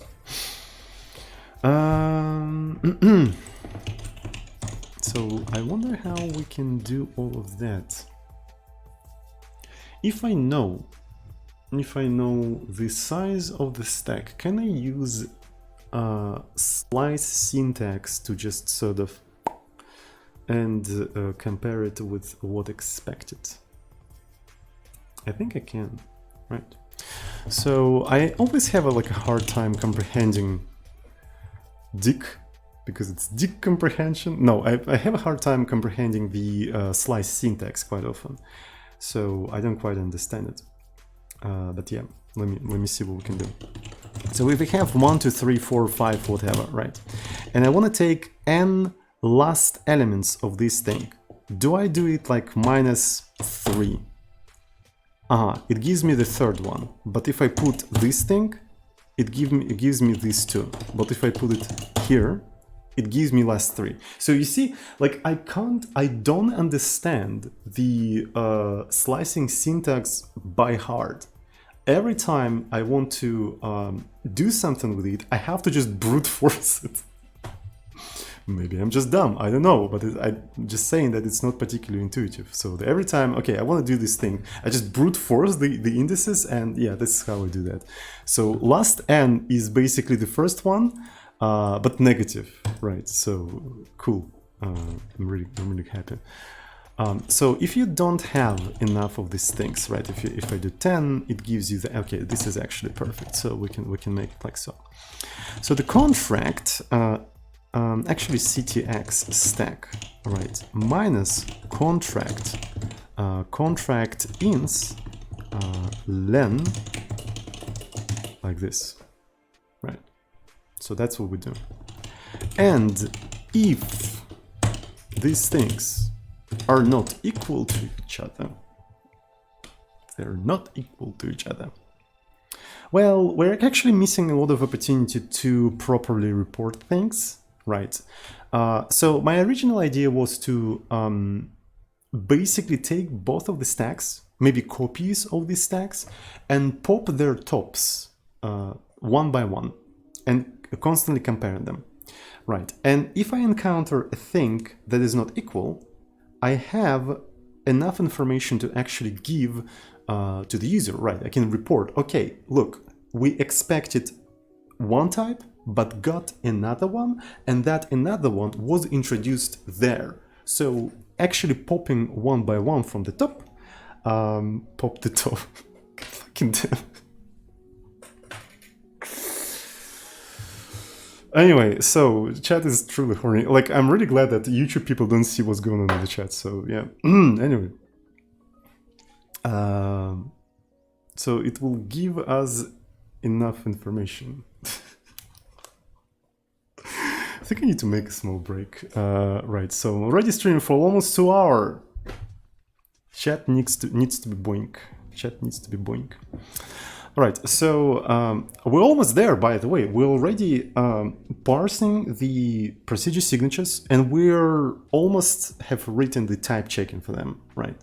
So once we've done that, we'll have to go through the code and just put the appropriate, signatures and see if that sped up the compilation of porth.porth. Because that's the goal of today's stream. I'm not going to finish the stream until we sped up the compilation of porth.porth. And I think it is possible. Okay, let's make a small break and... All right, so let's go ahead and implement it slightly differently, right? So I want to implement, like basically pop the things one by one. So while length of CTX stack is greater than 0, right? And length of the contract ins is great. Well, here's the thing. We don't want to modify the ins because the contract can be reused several times. So we need to have a copy of ins, right? So we need to copy this entire thing. Furthermore, I think we need to copy this stack as well, right? We need to copy this stack as well because intrinsics, if we're gonna reuse this entire thing for intrinsics have overloaded contracts, right? They have overloaded contracts, and because of that, we need to be able to check several contracts and pick the one that actually fits there. But to be fair, it's kind of outside of the scope of what we're doing right now, so probably I'm not gonna bother. So I'm gonna only have a copy of this in. So yeah, here we're gonna have something like this. So the actual thing in here, oh, it depends on the stack. So data stack, it accepts data type and the token where that data type was introduced. Okay, so so data type, the actual, and the basically token location, right? So CTX stack pop.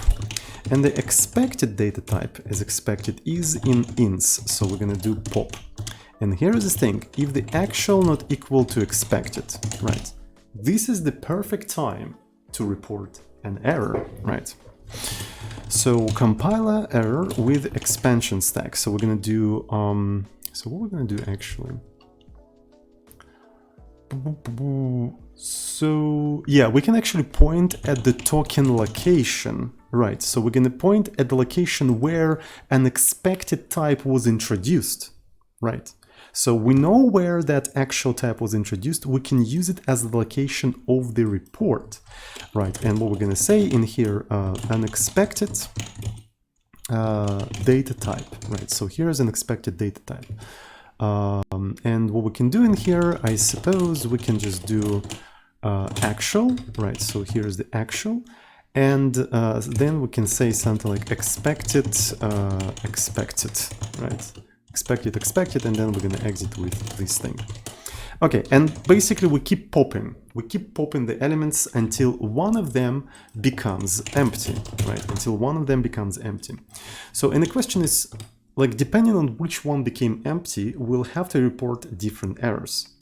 Right, if CTX stack became empty, well, this one is rather interesting, right? So we need to check that some of them is empty and some of them are not. But since this, because of this condition, we know that one of them, at least one of them, is 0.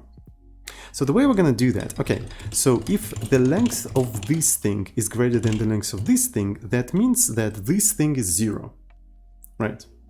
That means this thing is 0. And that means we have unhandled data on the stack, right? So, or do we? Does it really matter? No, I don't think so. Right, so the stack can actually have more things.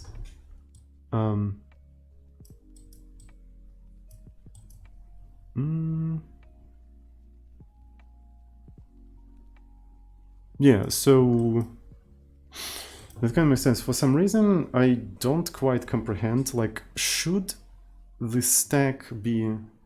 I think it doesn't matter, right? So if the stack becomes that, so I think this is the thing that we care about. If stack becomes 0, but you still have some stuff in the ints, that means you have to do something, right? So this is definitely an error that you have to report. And how are we going to report that error? That's a good question. So we have some ints. Where exactly do we want to report that? So I think we want to report that in a place where you call this thing. Right, so we can provide the location, and this is the location that we're going to use. Not enough arguments. Not enough arguments provided. Expected, and then we can iterate through the rest of the stuff we have in here. So the it's going to be type in ints, and then as a compiler note we can say location and f, and this is going to be type. And then we're going to exit with 1. And I think that is it, but not really. Right. If ins is 0, if ins is 0, that means we consume everything. And now we have to take the stack and append the contract outs. The contract outs. That is very cool.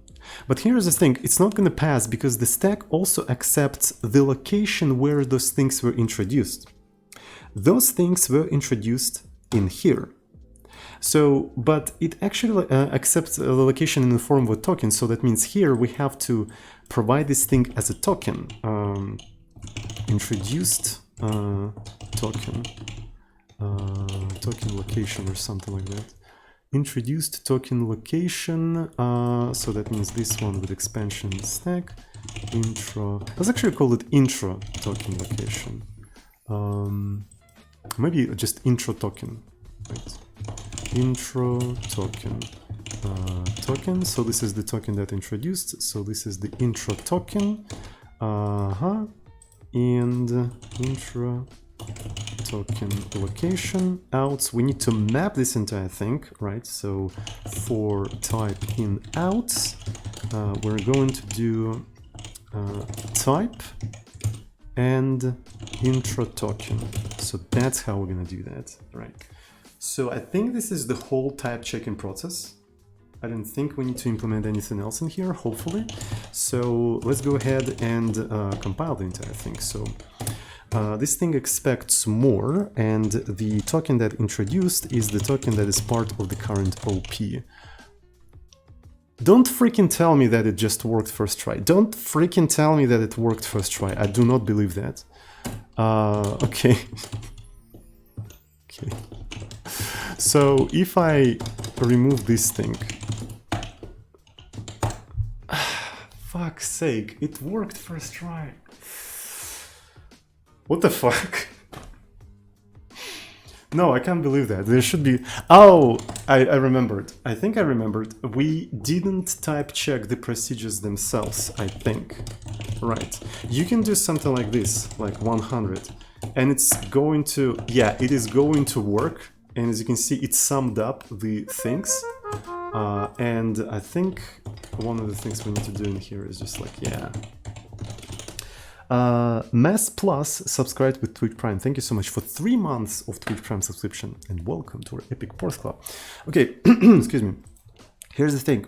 We don't go inside of the procedures, right? So that's one of the problems we have. We don't go inside of the procedures.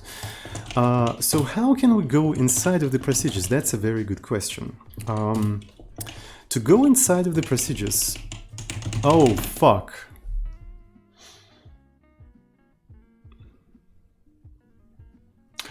Well, since we have the BFS of the context, we can basically add the contexts for each individual procedure. Since like when we type check the call, we don't go inside of it, so we never actually type check the internal procedures. So what we can do, we have procedure context. Let's add additional context to the wave, so wave also goes inside of the procedures and type check them without going inside them. Oh, the current way of type checking actually fits perfectly for what I'm doing right now. Like, that's really weird how all of the pieces just come together very nicely. I didn't expect that. Like, the type checking system works out for the intrinsics, and it's really easy to now go inside of it. Okay, so how can we do that? I'm gonna go through all of the procedures. So it's gonna be for proc address, right? Proc address, and we don't really care about the proc contract per se, do we? Holy fucking shit! Oh my god, we do care about the contract because the contract of the procedure denotes the current state of the stack. Right, so when we start the context execution for type checking inside of the procedure, we know the specific state of the stack. Here it is. Here is the expected state of the stack, and we can just grab this as the current state of the stack and continue type checking. So this thing just provides the stack to use to start type checking things. Holy fuck. This is so cool. Yo, I like that. And this is what is expected. This is what is expected in here. Yo. Okay, I'm sorry. So we iterate through all of these things in proc contracts, right? And we take the items in here, right? And basically for the contexts, we append the context, the initial stack of which is the proc contract input, ints, right? Ints and the IP, we know that the IP is the address, right? The IP is the address. You know what? Since we don't go inside of the procedures, right, the context doesn't need the return stack. It just doesn't need it because we never actually like go there and go out. So the only thing you need is the stack and IP. But how do we test inside of, okay, so inside of the procedure we reach the end. How do we test that we expect this state of the stack? How do we expect it like this? We have to make it... Okay, here's the thing. So we pop the current type checking context when the stack becomes empty. So when the stack becomes empty, I think we can have outs in here that say what kind of things we expect on the top of the stack. So we expect the list of data types. Oh shit! And this thing is applicable for the context outside of the procedures. Right, because outside of the procedures, at the end of the program, we expect no output, right? So you cannot just push something on the stack and finish the program. You have to process everything. And that could be part of the expected outputs within the context. Right, so when we start the execution, we say that for the whole program, so this is the whole program context, we expect no outputs. But for specific procedures, the outputs are going to be the outputs of the contract. That's so cool. I really like that. Okay, so the outs is the proc contracts outs. There we go. So this is how we're going to do all of that shite. So And I just remembered, stack accepts also the tokens, but these ins are not the tokens, so we need to know where those things were provided. Fuck. That is very, very interesting. So maybe for now, it would be kind of cool to actually use the locations of these tokens as the location where the data was introduced. Right, so for instance, if you have like a pointer in here and you do something like, I don't know, what's not compatible with the pointer, or like boolean, right, and you do +1, and the compilation step will say, okay, you cannot add integer and boolean, and it will say the integer and boolean are introduced in here because we know the locations of this token. That would be actually kind of cool. I think that would be kind of cool.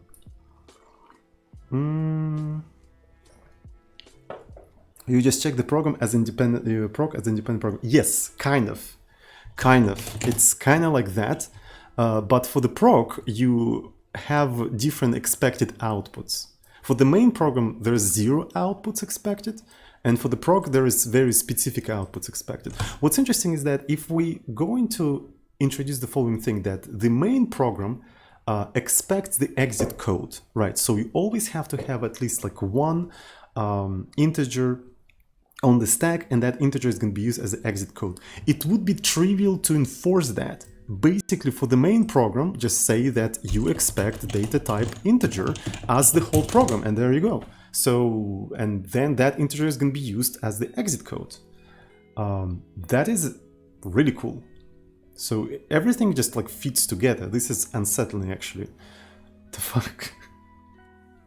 So yeah, you know, it feels like when you play in a video game and you encounter enemies, right? And that means you're going in the right direction. That's what it feels like, right? It feels like I'm going in the right directions. So yeah, that's pretty cool. Okay. So for the ins here, we'll have to probably do something special because we need to introduce the tokens, but for now we don't really have enough information to introduce the tokens. So I'm going to do for type in this thing. Right, so this is the stack and this is going to be type. And the token, we can always take the procedure address, right? We take the procedure address and we take the operation where the procedure starts, right? This is where it starts. And then since we have OP, we know what token introduced that OP, so we can use that as the location. So it's not pretty, but it's something. It's at least something. Okay, so let's try to compile this entire thing. And what do we got? Unexpected return stack. Yeah, we don't have a return stack anymore. As I said, contexts. It's a plural thingy. And another thing, ins. Okay. Dict has no attribute ins, so contract. Oh, it's a single one. Contract. Oh, it's actually super easy to confuse this entire stuff. So maybe I should get rid of those. It's gonna be kind of difficult. Okay, so I already started doing this thing. Okay. So what are we doing here? Compiler. Oh yeah. Okay. So here is an intrinsic, and we do plus and invalid blah blah blah. So what does it say?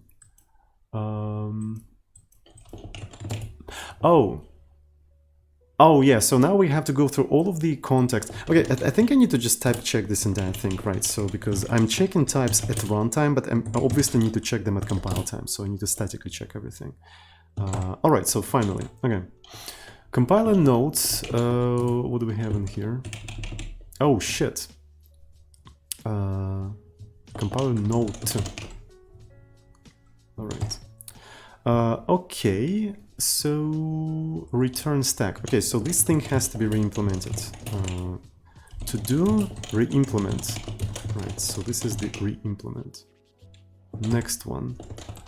Compiler path. Oh, we have a special. Yeah, okay, here's the thing. Since our execution always goes inside of the procedures, right, like a BFS, if we encounter an error deep inside of some function, this error is kind of useless unless you know the whole path of the execution. You see what I'm talking about? It's kind of useless. So that's why I also keep track of the whole path of the execution that led to that error, so I can report it as a stack trace, telling the programmer what exactly caused that thing. So this is how the meta execution went. But since we have signatures, it is not needed anymore. Like, we don't have to do that, right? So because the errors will be catched as early as possible. So we have to refactor this entire thing. So we have to get rid of the compiler error with call path. All right, so we have to replace it with just a regular thing.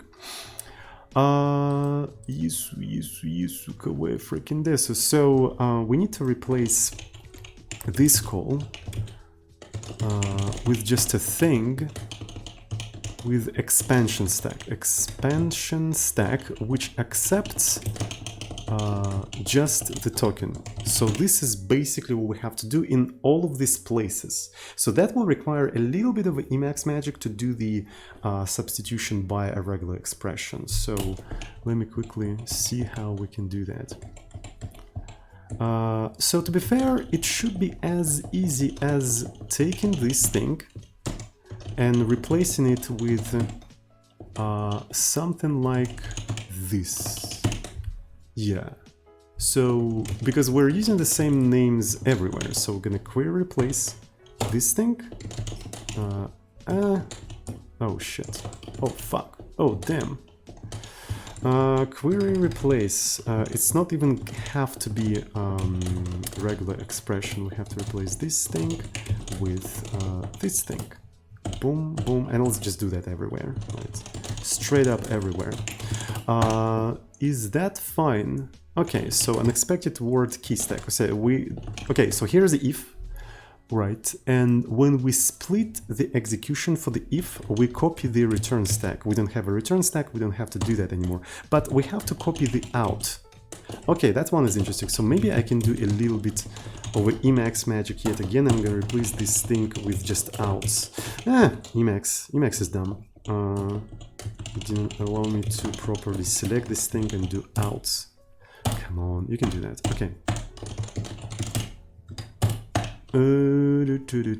Okay, so there's a last thing in here. So, oh yeah, here's the thing. Oh shit. You guys remember how I said that I type check while loops by testing whether I already visited that do or not? That actually introduced like a lot of problems when I introduced procedures. Okay, so imagine that I have Porth mode while dupe less than 10, and we just do some stuff in here, right? Imagine that this thing inside of the procedure, right? F in something like this, and imagine that you call this procedure several times.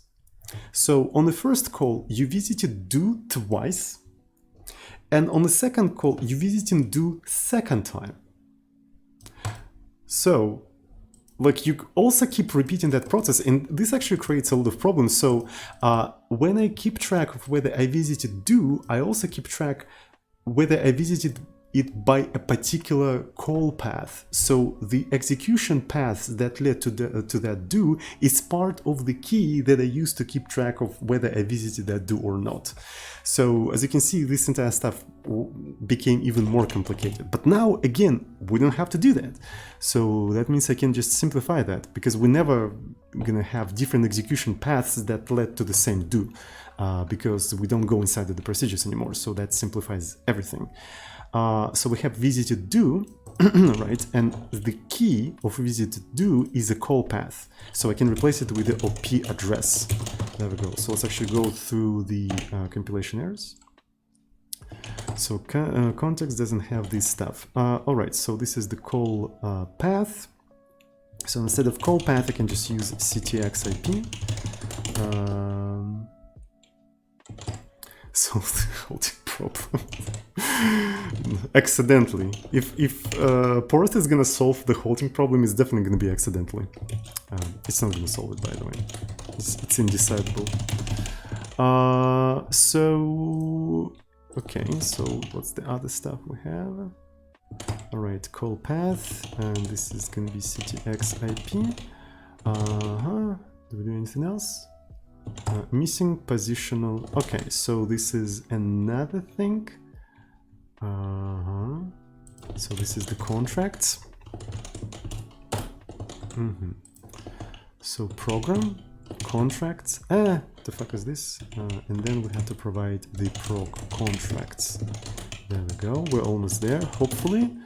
Okay, so everything type checks. All right, so let's try to run this entire thing.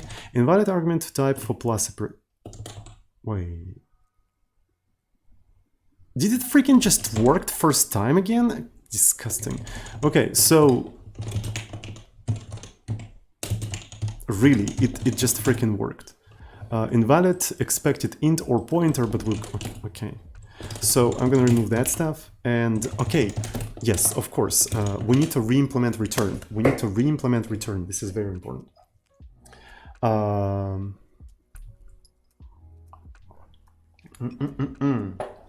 This is almost the last thing that we need to check, I think, because after that we also need to check the end of the execution, right? We need to check the end of the execution. So how are we gonna do that? So let me take a look at the original implementation of OP type return. OP type ret. So what did we have in here is we just pop the return stack and continue the execution, but this is not what we need to do. This is definitely not what we need to do. What we need to do in here is take a look at the current stack and just check that it has the same outputs as in the contract. So outs, copy. Oh, we already have outputs, so we don't have to do anything. So this is going to be while length of the ctx stack is greater than 0 and length of the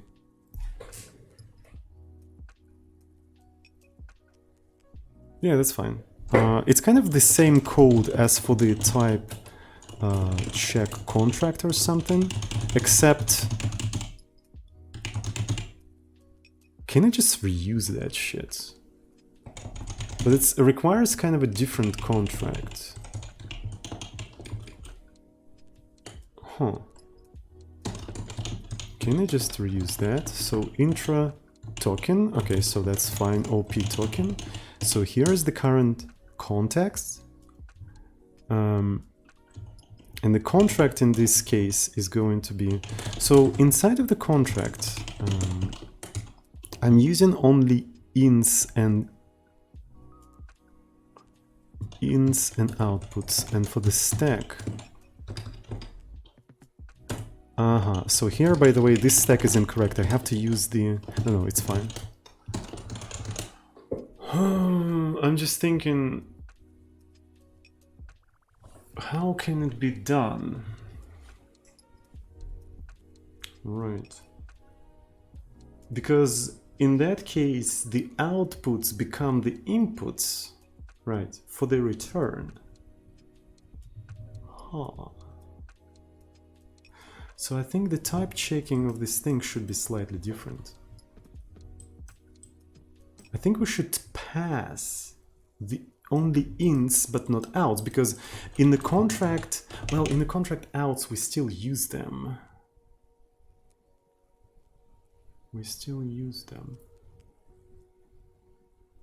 This one is really strange, but I think we should be able to do that. All right, OP type return. So in that case, contract, the ints are the context outs, but the outs is nothing. We don't output anything. And that is basically it. After that, we want to pop that context from the contexts, right? So this is going to be contexts, pop, and we continue the execution, right? So the output becomes the expected inputs of the contract, so that creates a new contract. Shit, I like that. So that's a very interesting way of doing that. Unhandled data on the stack. Okay. All right, so that's cool. And it printed actually 1, which is not correct, by the way. Something is screwed up completely. All right, that's cool. So we have 2 things in here. Oh yeah, it's duplicated. Okay, so it summed up 2 numbers, duplicated that 1 number, and just printed 1, and then it returned. Okay, that's actually correct. Almost. But if I print twice, not enough arguments for the print. Okay, that's very strange. Okay, something went wrong. So yes, yeah. Oh my god, I'm already streaming for 2.5 hours. All right, let me see. Of course, I'm already tired. I'm kind of tired. Let me do the following thing. I'm going to do assert false, and I'm going to print the current context. I just want to see what's the state of the current context and whatnot. So in the current context, what do we have? What do we have in the current context? So this is going to be this thing. So this is the stack, and then we have IP6 and outs. This is the expected outs. All right, so we have 2 of these things. Right, we have 2 of these things. Classic. Oh shit, I see. But is it classic bug? I don't think it's a classic bug. I don't think so, because we're popping the context out. So, and if we forgot to do CTX +1, IP +1, it would just go indefinitely. So I don't think it's that's the case. I don't think it's the case, because as soon as we reach return, that's it. We don't do anything. So I don't think it's the case. That's definitely not the case. Okay, so we have integer was introduced by plus, and then another integer at the end. Oh, I see what's going on here.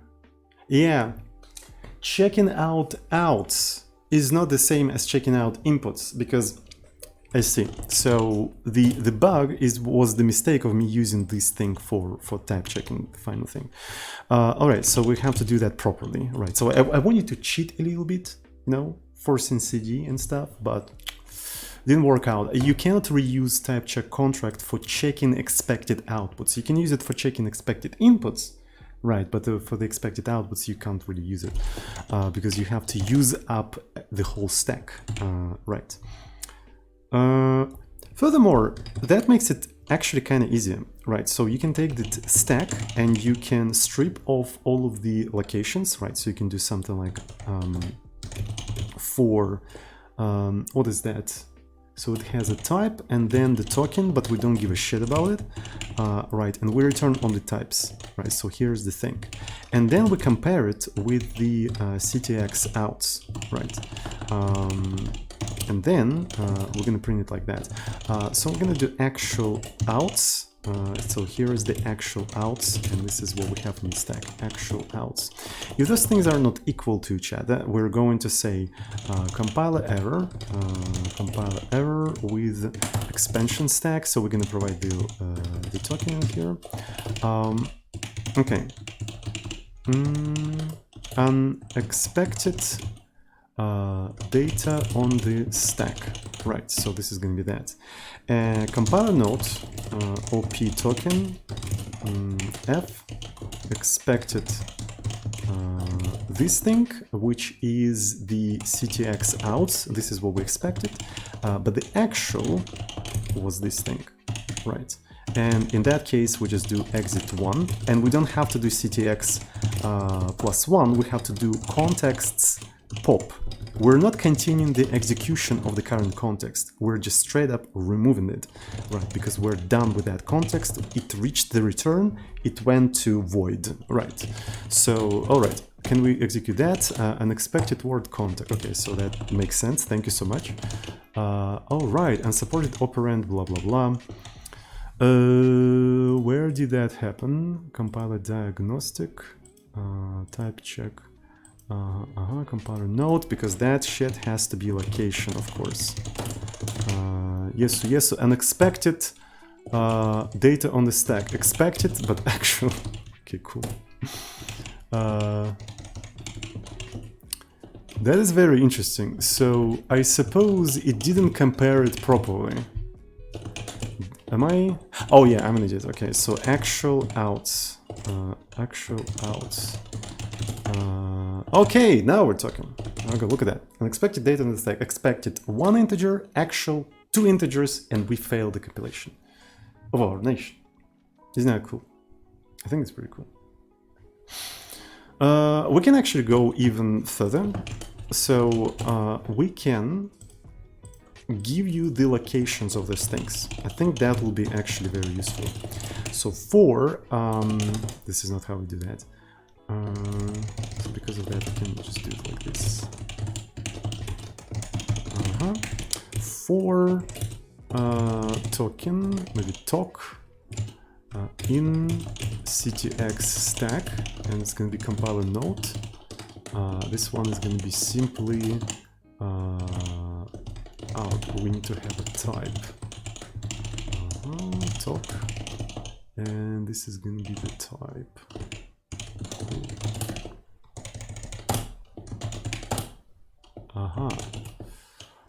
Ooh, can I just do something like this? Well, I wanted to have something like wrapper, right? Yeah, there we go. Cool. So expected one thing, but the actual was 1. That one was introduced by plus. The second one was introduced by +1. That's basically what happened. Cool. And now we have 69, 69. That's actually pretty cool. So that's precisely what I expected in here, right? So it's this procedure summed up 34 and 35, duplicated it and printed it, and then it returned the duplicate, and then the duplicate was printed the second time. So yeah, so we have a type checking in here. So you can even do something like this, boolean, right? It will sell invalid argument type for the plus intrinsic. So, but if I drop the boolean in here, it will say that, yeah, expected data type. Okay. We need to work a little bit better on the error reporting messages, right? So because they don't make much sense, but the functionality is there, right? The functionality is there. Yep. So expected data int, unexpected data int, expected boolean. Okay, so as you can see, the first thing here was expected as a boolean.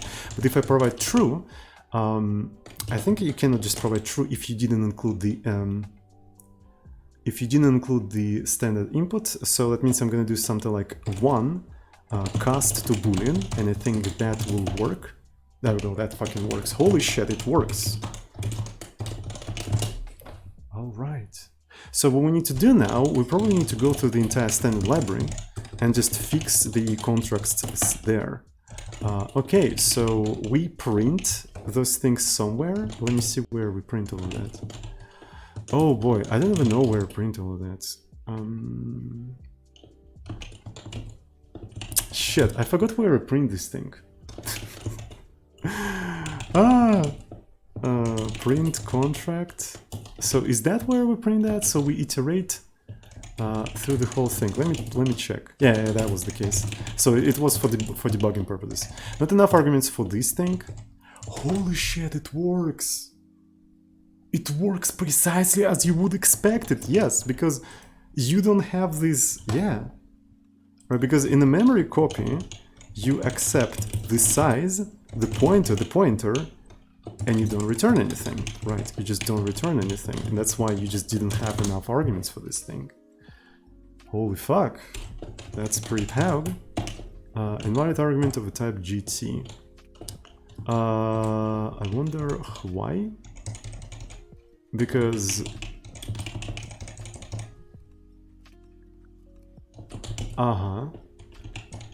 Why is this an invalid argument? That's a good question. Because we basically consumed all of them, right? We consumed all of them, and yeah. So we probably have to just go to this place invalid argument type for GT intrinsic and just like debug this entire stuff. Right, and let's just see what's there. I'm gonna print A type and B type. Integer and pointer. Integer and pointer. Like, how the fuck it is an integer? Let me see. So you duplicate.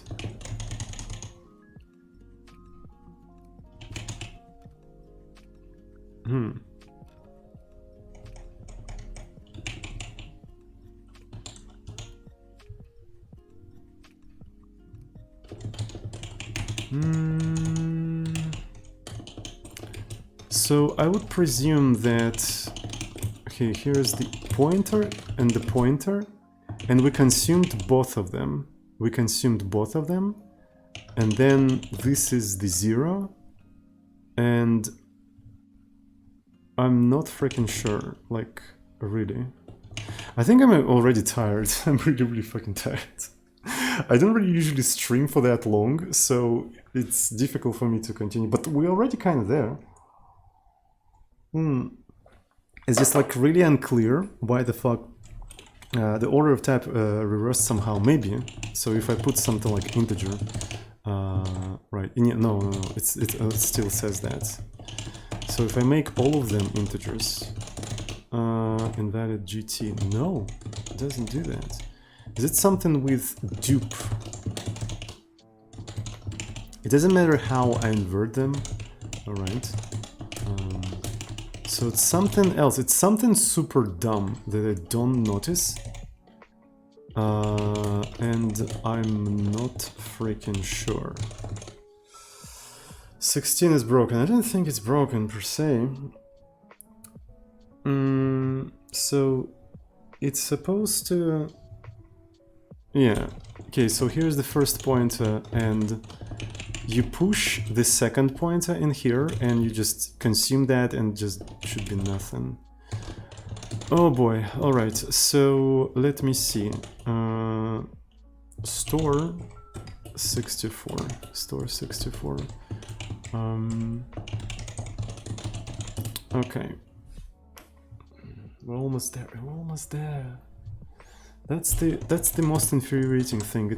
I'm almost there. I'm just like too tired to fix this problem. Is mem, by the way, wait, is memcopy the only thing that like complains about that? Right. So what if I just comment it out? Is it gonna be the same for other things? All right. So put u. Right. Specifically. It will accept an integer, and I suppose it will return nothing, right? Because f put u. Okay, so we'll have to go through all of these things and just like fix all of that. We'll just have to fix all of that. So, yeah. But I think the main thing here is done. Okay, so I've got an idea how to test all of these things. All right, so I've got an idea how to test all of that. We can go to nice program, right? So here is that, and in here I can now to do this unexpected data on the stack. So we have data int, pointer, and so on and so forth. So then I can do memory dst size of pointer. Well, in fact, size of pointer is actually const 8. It's a const 8, then src, and then I do dst 64. So that should result in that, then do src 64. That makes sense, right? And you're left with an integer. Then, in the original std, what do we do in the original std? While we duplicate this, maybe we're gonna do it like this, while dupe 0 greater if, and then end, and in here we're gonna do what? We're gonna just drop this entire thing, and that should compile. And that didn't really... Oh, okay, so we can just dup print, and that should leave an integer, which we then drop unexpected data, and okay, expected boolean, and this is because we have a boolean in here, which we drop, and so on and so forth. Everything compiles. Okay, this thing works. Maybe there's something wrong with this shit. No, there's nothing wrong with this shit. It could be that in a standard thing, yeah. All right, so you have an integer, you duplicate it, you check it. So then we cast. I know precisely what's the problem. Do you guys get it? Inc64 doesn't accept and doesn't return anything, so it was never consumed. So the fix for this entire thing is actually like providing, saying that inc64 accepts a pointer and doesn't return anything. That's the fix, believe it or not. So this was the bug. So, and the reason we didn't see that, is because we didn't continue checking things. Well, we probably need to remove the entire stuff, otherwise it will complain about reimplementation, but nonetheless, expected data, yeah. So if I remove this entire stuff, it doesn't complain about memcopy anymore, right? It doesn't complain about memcopy anymore, but it complains about the other things. So essentially, it checked the consistency of this procedure before it checked inc64. That is very interesting, which creates a very interesting situation, you see? So if it checked inc64 first, it would have known that it's not the correct, like it's not proper thing to do. How can we solve that? We can continue the type checking process until like we collected as many errors as possible. That one way we can do that. We can also try to check them in order, like we can build a graph in a particular order, but it's too complicated. In linear time? Why? We already solved the problem. We already have a proper type checking. It's just, it simply doesn't generate useful error messages, and we need to figure out how to generate useful error messages. But the type checking checks incorrect programs properly. So, yeah. It's kind of interesting. Yeah, so everything seems to be working. We can try to continue just working on a standard library and make standard library compile. Why not? But because the ultimate goal is to speed up the compilation of the porth.porth, right? So that's the ultimate goal. So put u accepts an integer, right? And it doesn't return anything, right? So I can just do int. Eput u also accept an integer and doesn't return anything, so we can do it like that. Right, and we need to go to fput_u, and fput_u accepts two things. It accepts an integer and a value that you want to print. Negative numbers, okay, so that way, okay, so what do we have in here? Fput_u. So maybe we should go through all of the procedures in here and just like fix them properly first, because they're checked. Okay, I have an idea. I think I know why this kind of shit happens. I think I know precisely why. Def type check contract. Let's push the contracts into the context in a reversed order. Here's the thing. We parsed the procedures, we pushed them into the stack, so we're starting checking them from the bottom, which makes it kind of confusing. At least for now, let's reverse them and push them in a reverse order so they checked from top to bottom, so at least it makes sense. Right, so it's not an ideal solution, but it will make it a little bit easier, because now they're checked from bottom to top and it just like doesn't make any sense, like what the fuck. So that could be a good temporary solution. So dict item is not reversible. Thank you so much. Isn't items basically a list or something? I mean, it's not that you know, often an operation, so syscalls. Okay, finally, write syscall. So that makes a little bit more sense. Write accepts what? It accepts the size of the buffer, the pointer to the buffer, and the file descriptor. And it returns an integer as the result, right? So we can take a look at the write. Write syscall. So size of the buffer, buffer, and the file descriptor. Cool. The read is the same. The read is the same. Okay, not enough arguments for system 4. Okay, so now we need to provide the signatures for all of these things. So open at. I think we're using like extended signature of open@, which is 4, right? So we have a mode, flags, path, and the dir fd, and this entire thing returns you that. Okay, so that's gonna be like this. Okay, fstat, and in fstat we have pointer and fd. So pointer fd, return an integer. Close, if I remember correctly, it accepts an integer, returns an integer. Exit, on the other hand, accepts an integer and doesn't return anything, so we can just say that it's exit int. mmap is interesting. mmap, so there's 6 parameters in here. Offset, fd, flags, prot, length, address. Returns an integer. Okay, so that's cool. Clock, nanospeed. Holy fucking shit. Okay. Remain, request, flags, cock ID. Okay, so it's a pointer, integer. Integer, there we go. So fork, as far as I know, it doesn't accept anything, but it returns the child. Get p doesn't accept anything, returns the child. So exec ve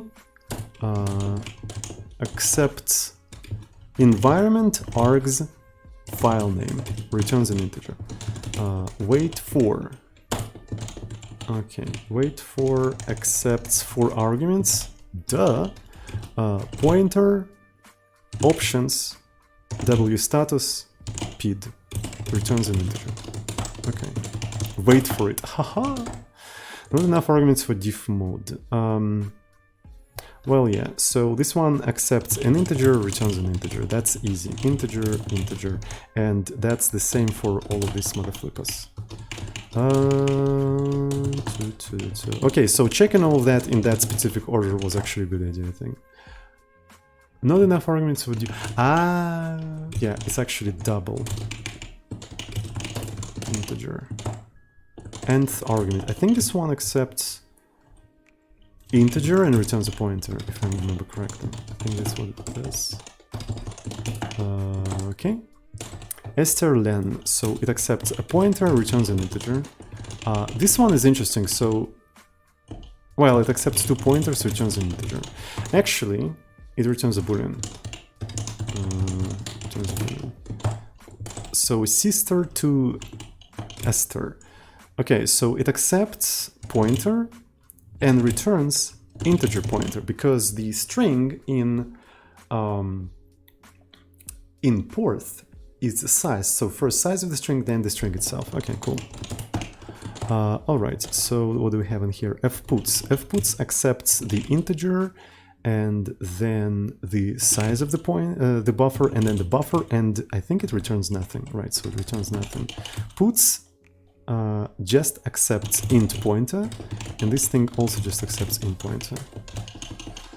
Okay, anything else? Unexpected data on the stack. All right, that's cool. What am I forgetting? I think I'm forgetting to do that. All right, so str count actually offsets the pointer, so it's a pointer. Right, it's a pointer. This thing accepts the pointer, returns an integer. It accepts the pointer, returns the pointer. This one accepts integer pointer and returns nothing. Pointer. Okay. So this thing accepts a pointer, returns integer pointer, if I remember correctly. So here we can clearly see what we accept. We can accept integer pointer and pointer, and we don't return anything, we just save that thing. Okay, str chop by 1. So I think we accept a pointer in here and don't return anything. So, and here we also accept the pointer, don't return anything. We're almost there, by the way. So we accept chop by delimiter. So delimiter is an integer, pointer. Cool. strq, this one is an integer pointer, return boolean. There we go. So this is actually a pretty good place for this kind of formatting.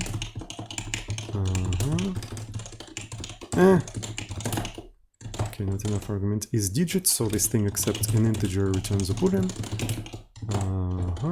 Try parse, this one is cool, so it accepts integer pointer, but returns the parsed integer or an error, and I think error is a boolean. Okay, that's cool. So it tries to parse it from a string and either returns it or returns a boolean. Okay, not enough arguments. L not accepts boolean, returns boolean. We annotated the whole standard library. Hello, sir. What are you doing? I'm streaming. I'm an epic streamer. Specifically, I'm making my own programming language. Check out the project commands. And there is a link there. I'm implementing my own statically typed compile language in Python. Yes, that's what I'm doing. All right, so we annotated the whole standard library, and the whole standard library checks. Let's try to compile the Porth compiler and see in how many places it will fail now. All right, so unknown, data type of set. Oh, that's actually pretty cool. So OP type.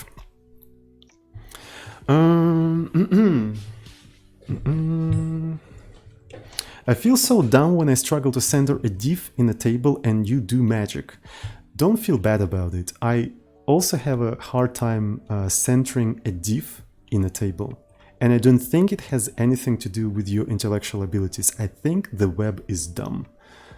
Right? Everyone struggles to center a div in a table because web standards are crap, not because of anyone's intellectual ability. I think you're pretty smart if you're able to do that. So don't feel bad about it. So we accept the type, and so I suppose this is just like pointer to pointer. In here we accept the pointer, it will return an integer, and here we accept the integer and pointer, and it will return nothing. Right.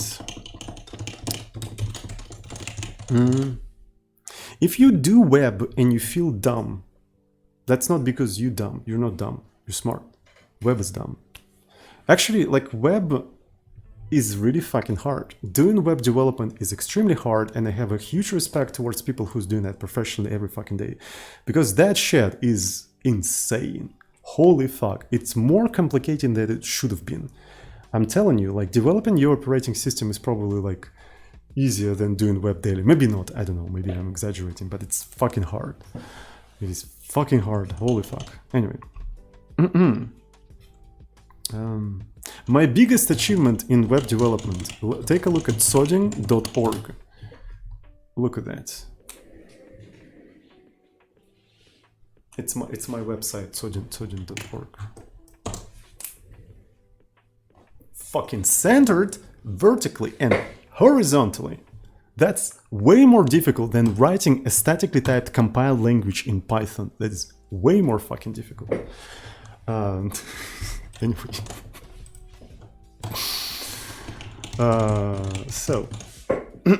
Anyways.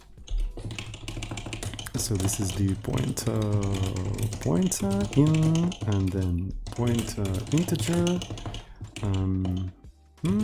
Integer pointer in. There we go. Can we just do a line in? That was dumb. Okay, can I align in? Oh, there we go. Look at that. That's freaking ahegao. That's the most ahegao thing I've done. Alright, so this one is essentially a pointer and returns an integer. Okay. An expected keyword. So, okay, so this one accepts a pointer, but returns nothing as far as I know, so we can just do that.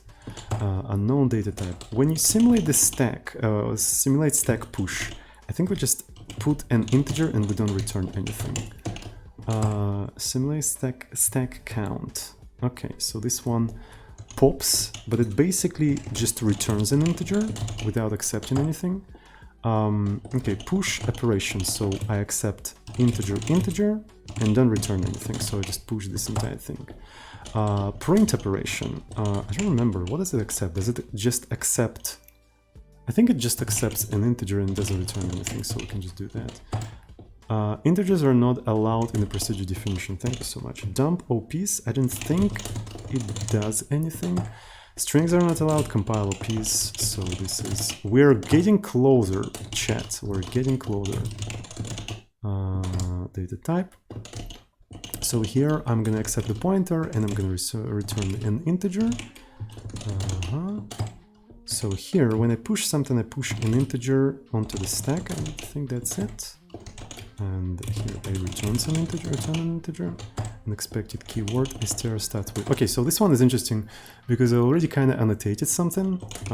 So input prefix count integer, pointer, integer, pointer. I think that's it, and this thing should return a boolean if I'm not mistaken, right? So something like this. So integer, pointer, boolean. Well, you can actually go now and just do something like this, maybe. It's like prefix, input, and this is the result. Okay, so this enables actually pretty good annotation in here. I really like the syntax. Alright, unexpected keyword, remove comment. Okay, so output, I think it's a pointer. And I don't think it actually returns anything, right? It's just like it removes it and saves it into a separate thing. To dupe, I remember this one. Over. Right, so there's only one. To drop is just like a drop. We don't even use these things like very often. Memory set. So here's the integer pointer. Doesn't really return anything, so might as well just do it like that. Unknown data type. Okay, put location. I don't remember. I think it accepts a pointer. Yeah, I think it just accepts the pointer and just like prints it or something. Unknown data. So this one accepts a pointer and returns a boolean, checking whether the string is empty or not. Next line. So this accepts a pointer to the lexer. This one, I suppose it accepts the pointer to the token. Then the pointer to the lexer and returns the boolean indicated whether you still have a token or not. We have a proper tokenizer for this thing. Okay, so map a file. Here we accept a pointer, which is the file path, as the sister, and then we return a string. Yeah, basically a string, right? The content of the file. There we go. So it has to be like this. Unexpected keyword. Lexa file. So it accepts just a pointer and I don't think it returns anything. So should be fine. Should be freaking fine. Unexpected keyword. Parse file. This one also just accepts a pointer. Usage only accepts FD. Main doesn't accept anything. Unexpected data on the stack.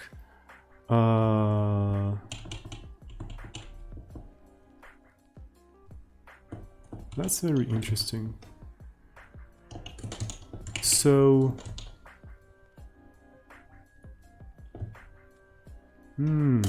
I think this one just returns an integer.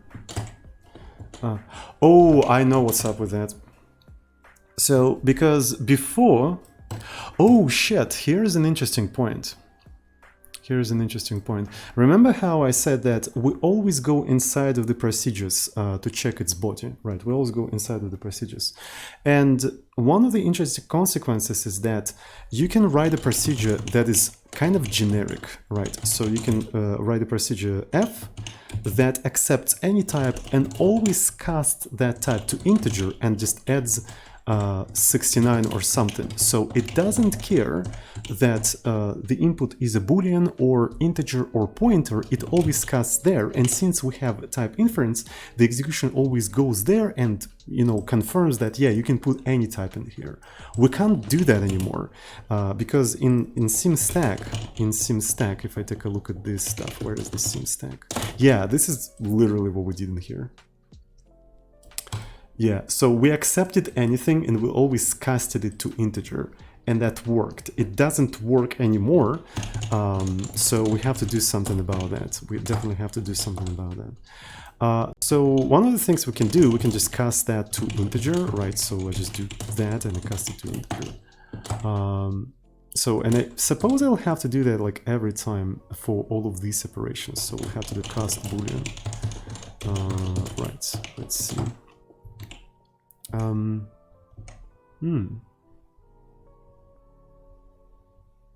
So if I do stack pop,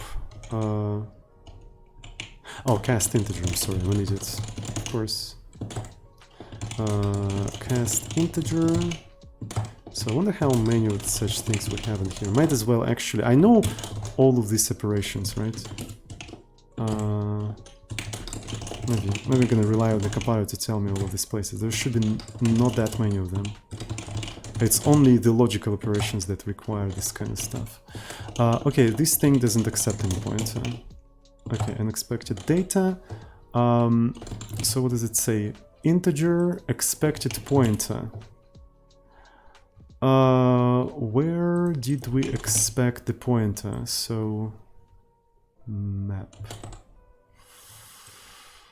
Ooh, so fd is that content count null address.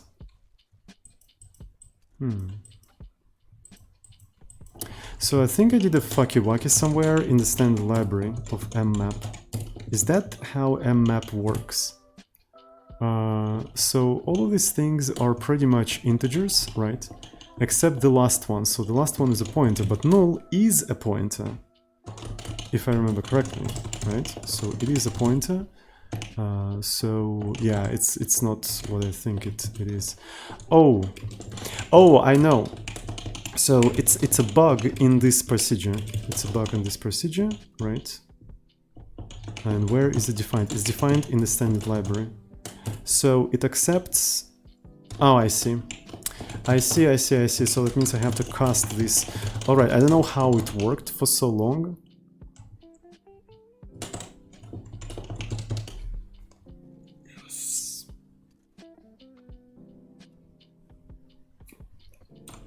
So the question is, so we have a proper Porth compiler. Let's actually run the simulation on some of the stuff, on intrinsic specifically. Okay, so we've got a working compiler. So, and it type checks with the type signatures. That's cool. And if I put some crap in here, right, so 34, it should not compile. Yeah, it should not compile. And look at the speed of the compilation. Okay, so it generates Porth.asm relatively quick, but now the bottleneck of the compilation is NASM. There's something with NASM that makes it super slow. We can actually compare the performance of this entire thing. So there's a lot of stuff in here. Okay, so let's do a committee. Implement proc signatures. Implement proc signatures. Right, I'm gonna go back to the master and we're gonna take a look at the performance of the compilation. So this is the performance of the compilation before the procedure signatures.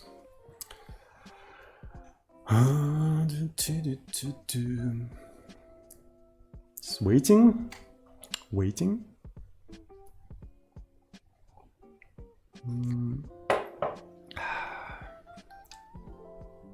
Right? 22 seconds. 22 seconds. Right, so let's go back to proc signature and let's try to compile this thing. 2 seconds. CPython. Well, that's the importance of using the right data structure. Remember, chat, Python is not slow. You just have to use the right data structure. That's right. I don't know what we need to do about NASM. I actually looked into NASM, and apparently NASM by itself is a very slow compiler, assembler actually. NASM slow. Because I knew about this problem for quite some time, because you can see that problem being apparent when you just disable the, the type checking. So it instantly become apparent. And apparently NASM is pretty slow. There is like a thread on the forum, NASM forum 10 years ago, talking about like a program with less than 4,000 lines of code. Right, so Porth.asm is 24,000 lines of code. 24 for 20. 24 for 20. That's the shed that is generated by our Porth compiler. That's a lot of shed difference. So different strings and also instructions and whatnot, and that takes like 20 seconds to compile. They had a program that is less than 4,000 lines of code that compiled 10 seconds. So it is kind of a known problem for quite some time, NASM being slow. Right, which makes me think maybe we should try a different compiler instead. So the compiler actually is like, assembler, not compiler. The assembler is like a very small part of our compiler, and it's actually like a separated, easily swappable part. Right, so generate NASM, there we go. So there's like a single function that just generates, assembly. We can try to maybe make a stream where we try out different assemblers and see which one is the fastest, right? So you just have to re-implement this thing for different assemblers. And for example, for something like FASM or any assembler that is using like Intel dialect, I think it would be easy to implement. So there will be like a little bit of a difference in the syntax, but yeah, we'll see. We'll see. It's kind of interesting. But we finally have like a proper procedure signatures, and they're rough around the edges because of the error messages and stuff like that. But I'm gonna smooth out the error messages off screen. I'm gonna try to make the error messages a little bit nicer. And the whole type checking process actually simplified dramatically. It in fact simplified dramatically now. So we don't do like a very complicated like tracking of the call paths, and we don't go inside of the procedures. Like it's way simpler than it was before. And I think it was worth it. So I also need to fix the tests, but I think I'm gonna do that off screen already. So, all right. Does anyone have any questions about what we've done so far? Any questions? Any epic questions from epic coders?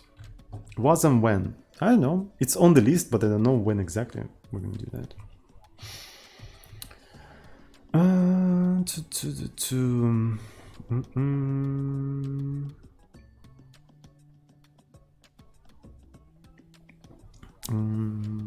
I wrote some programs in Porth yesterday and the compilation was really slow. What caused that and how is it fixed? So it was slow because we used a wrong data structure. We used list instead of deck. As soon as we replaced list with a deck, it became 10 times faster. 10 times faster.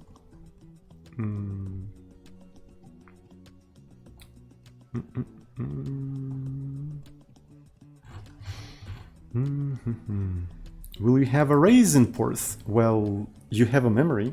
If you have a memory, you already have arrays.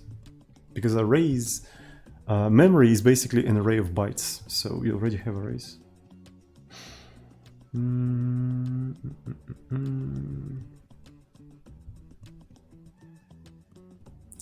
In your website, there is a something game in C++. When will that? The schedule is irrelevant. It's not a reflection of the reality.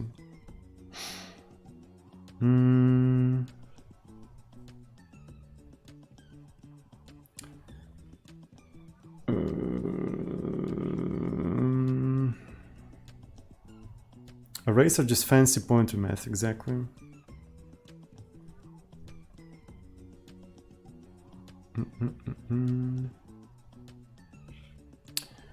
Didn't you want to delete the schedule thing? Yeah, I want to do a lot of things actually.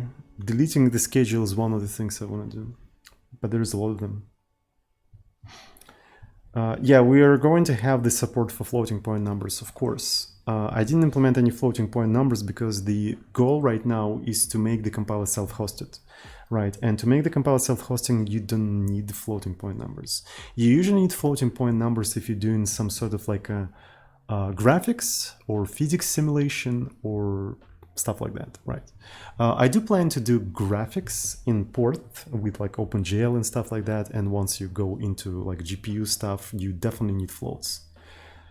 Will you implement generics? Yes, I will implement generics. Probably is going to be a separate stream where we introduce generics and bring back the toDupe and toDrop functions. Or if you're a bank and you want to round your customer manually. Classic, yes. Yeah. Flows are useful for banking and for storing currencies, of course, yes. Everybody knows that. Wink, wink. What's your most anticipated feature of Porth? Self-hosting. Because I can finally remove Python from my system and I don't have to program in Python anymore. That's the most anticipated feature of Porth, not using Python. Porth will have generics before Go confirmed. Yes, we're going to have generics before Go. I'll try to implement them as soon as possible. So we have them before Go.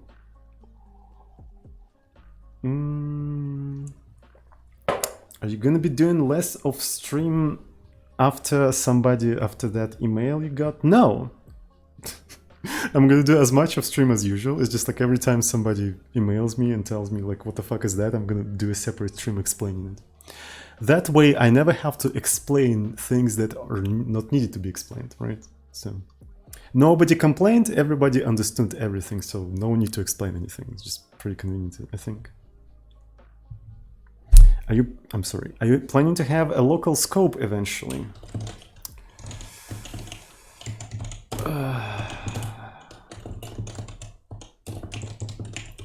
What do you think this is? You planning to optimize in the assembly output at some point? Yes, it is in the README.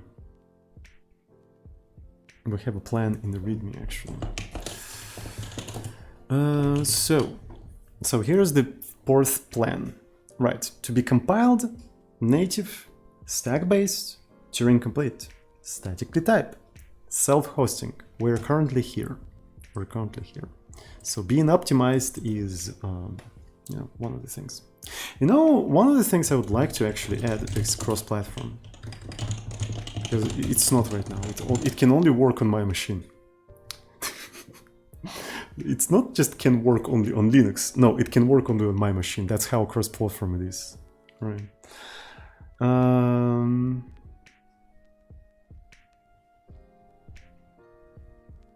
Yeah, works on my machine. It's actually pretty good, right? How cross-platform your program is. Like, it works on my machine. That's how cross-platform it is. Have you checked how many redundant push pairs are now in the ASM output? No, I've not, because I don't care.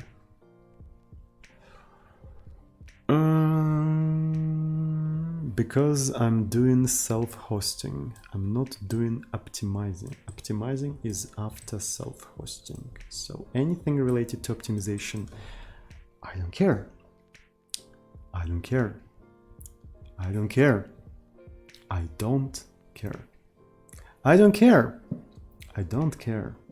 I don't care. Does anyone have any other questions?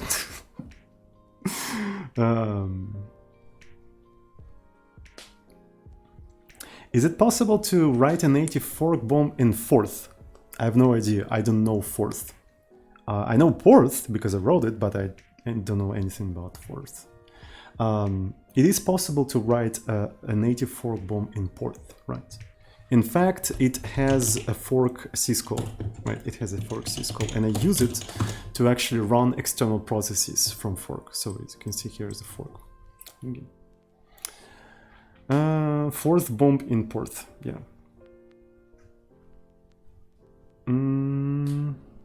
Is type checking optional? Right now, technically yes, because you can provide unsafe flag and it will remove the type checking.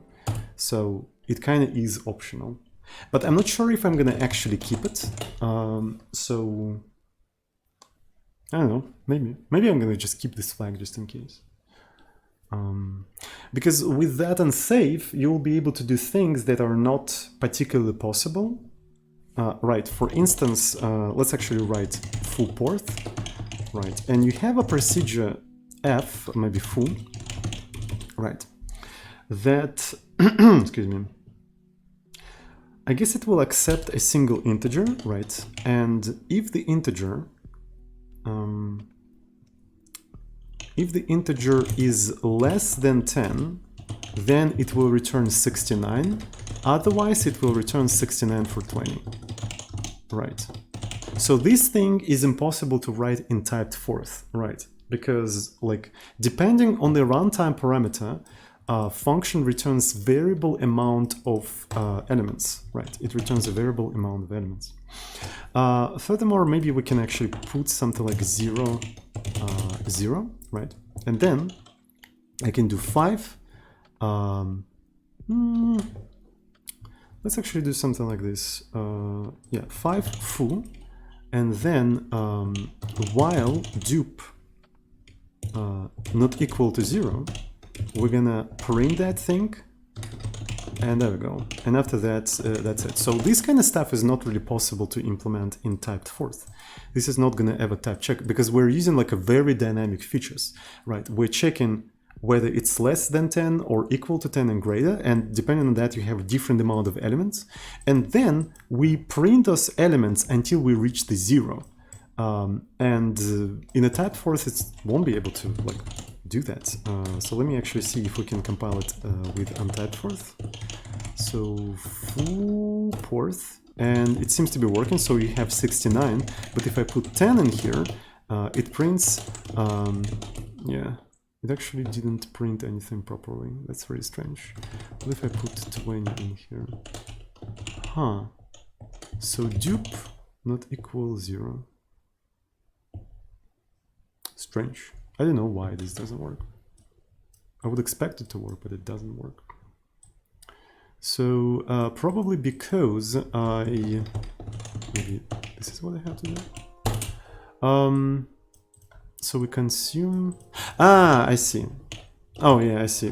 So yeah, so one of the problems you have with untyped forth is that there is no type checking errors, so you keep confusing operations and shit. Okay, so here is that, you have 2 elements in here, and if it's less than 10, you have 1. Right, you see it's a very dynamic feature, and this kind of stuff, if you try to type check it, it will not compile, right? Because, like, first of all, you didn't provide any parameters in here. Second of all, you don't know how many elements you return, 2 or 3. You just don't know what to put in here. You return 3 of them, and it will tell you, well, you kind of like don't have enough arguments. You expected 3 arguments, but you have 2 in here, right? So it's just like, what do you do? Right, so you can't even properly type check this program, but if you disable type checking, this is a valid program. It's a very dynamic program that just depending on the input parameter, which could be input parameter, which could be a runtime parameter, can do different things. And this basically creates like 2 different languages. And I'm still thinking, do I want to like support both of the languages so we have typed and untyped forth? Or do I want to forbid untyped forth completely? Porth. What's interesting is that untyped Porth is more like forth. Forth is very much untyped dynamic language, right? Porth, on the other hand, is very like strictly typed. So maybe for the Forth developers that like the dynamicness of Forth and want to use that dynamicness in Porth, we can actually leave this flag for them. I think. And what's cool is that in unsafe, you don't have to provide signatures for anything, so your procedure signatures look like this. Just a proc, name, in, and there we go. So it's like it can be either dynamic or static. So, I mean, sounds like a good idea to actually like have two variants of the language. But if your program relies too heavy on dynamic features, you won't be able to make it like static, right? So it basically makes it two different languages semantically. They're syntactically same, but semantically they're different. Maybe we want to do something about that. No? So I have two ideas. So maybe you're gonna annotate files with some sort of a pragma, right? Dynamic, right? And that thing is gonna be dynamic Porth. Or maybe static, and this entire thing is gonna be static Porth. Or maybe you would be able to annotate specific procedures or specific blocks, right? Disable the type checking in that block, right? Or maybe when you do something like unsafe, and you can, in unsafe, you can specify what are the input parameters and what are the output. So inside of this entire thing, there is no type checking, but outside the input and output are assumed to be like this or something like that. There is like a lot of things you can do about that. It just depends how exactly people use this language and for what. So there's like, there's a lot of room for discussing the colors of the bike shed. That's basically what I'm trying to say. Are you going to add linking with C? Yes, we're gonna be linking with C because I'm planning to do graphics in this language. All right, so I guess that's it for today. Thanks everyone who's watching me right now. I really appreciate it. Have a good one, and I see you next time. So I'm not sure what we're going to be doing next time because I'm pretty much have everything to continue re-implementing Porth in itself.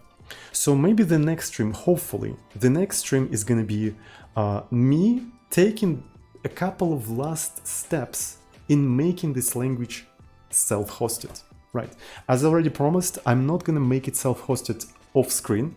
I'm going to just keep developing it, and once it's almost there, I'm going to do the last steps on the stream so we can witness this language compiling itself for the first time on the stream. I want to capture that moment. I want to see that moment together with the chat. All right. So we'll see. Maybe if I encounter some other problems that worth streaming, I'm going to stream them before that. But yeah. All right. That's it for the day. Thanks everyone for all the subscriptions, donations, and bits. I really appreciate that. Have a good one, and I see you next time. Love you all. Mwah.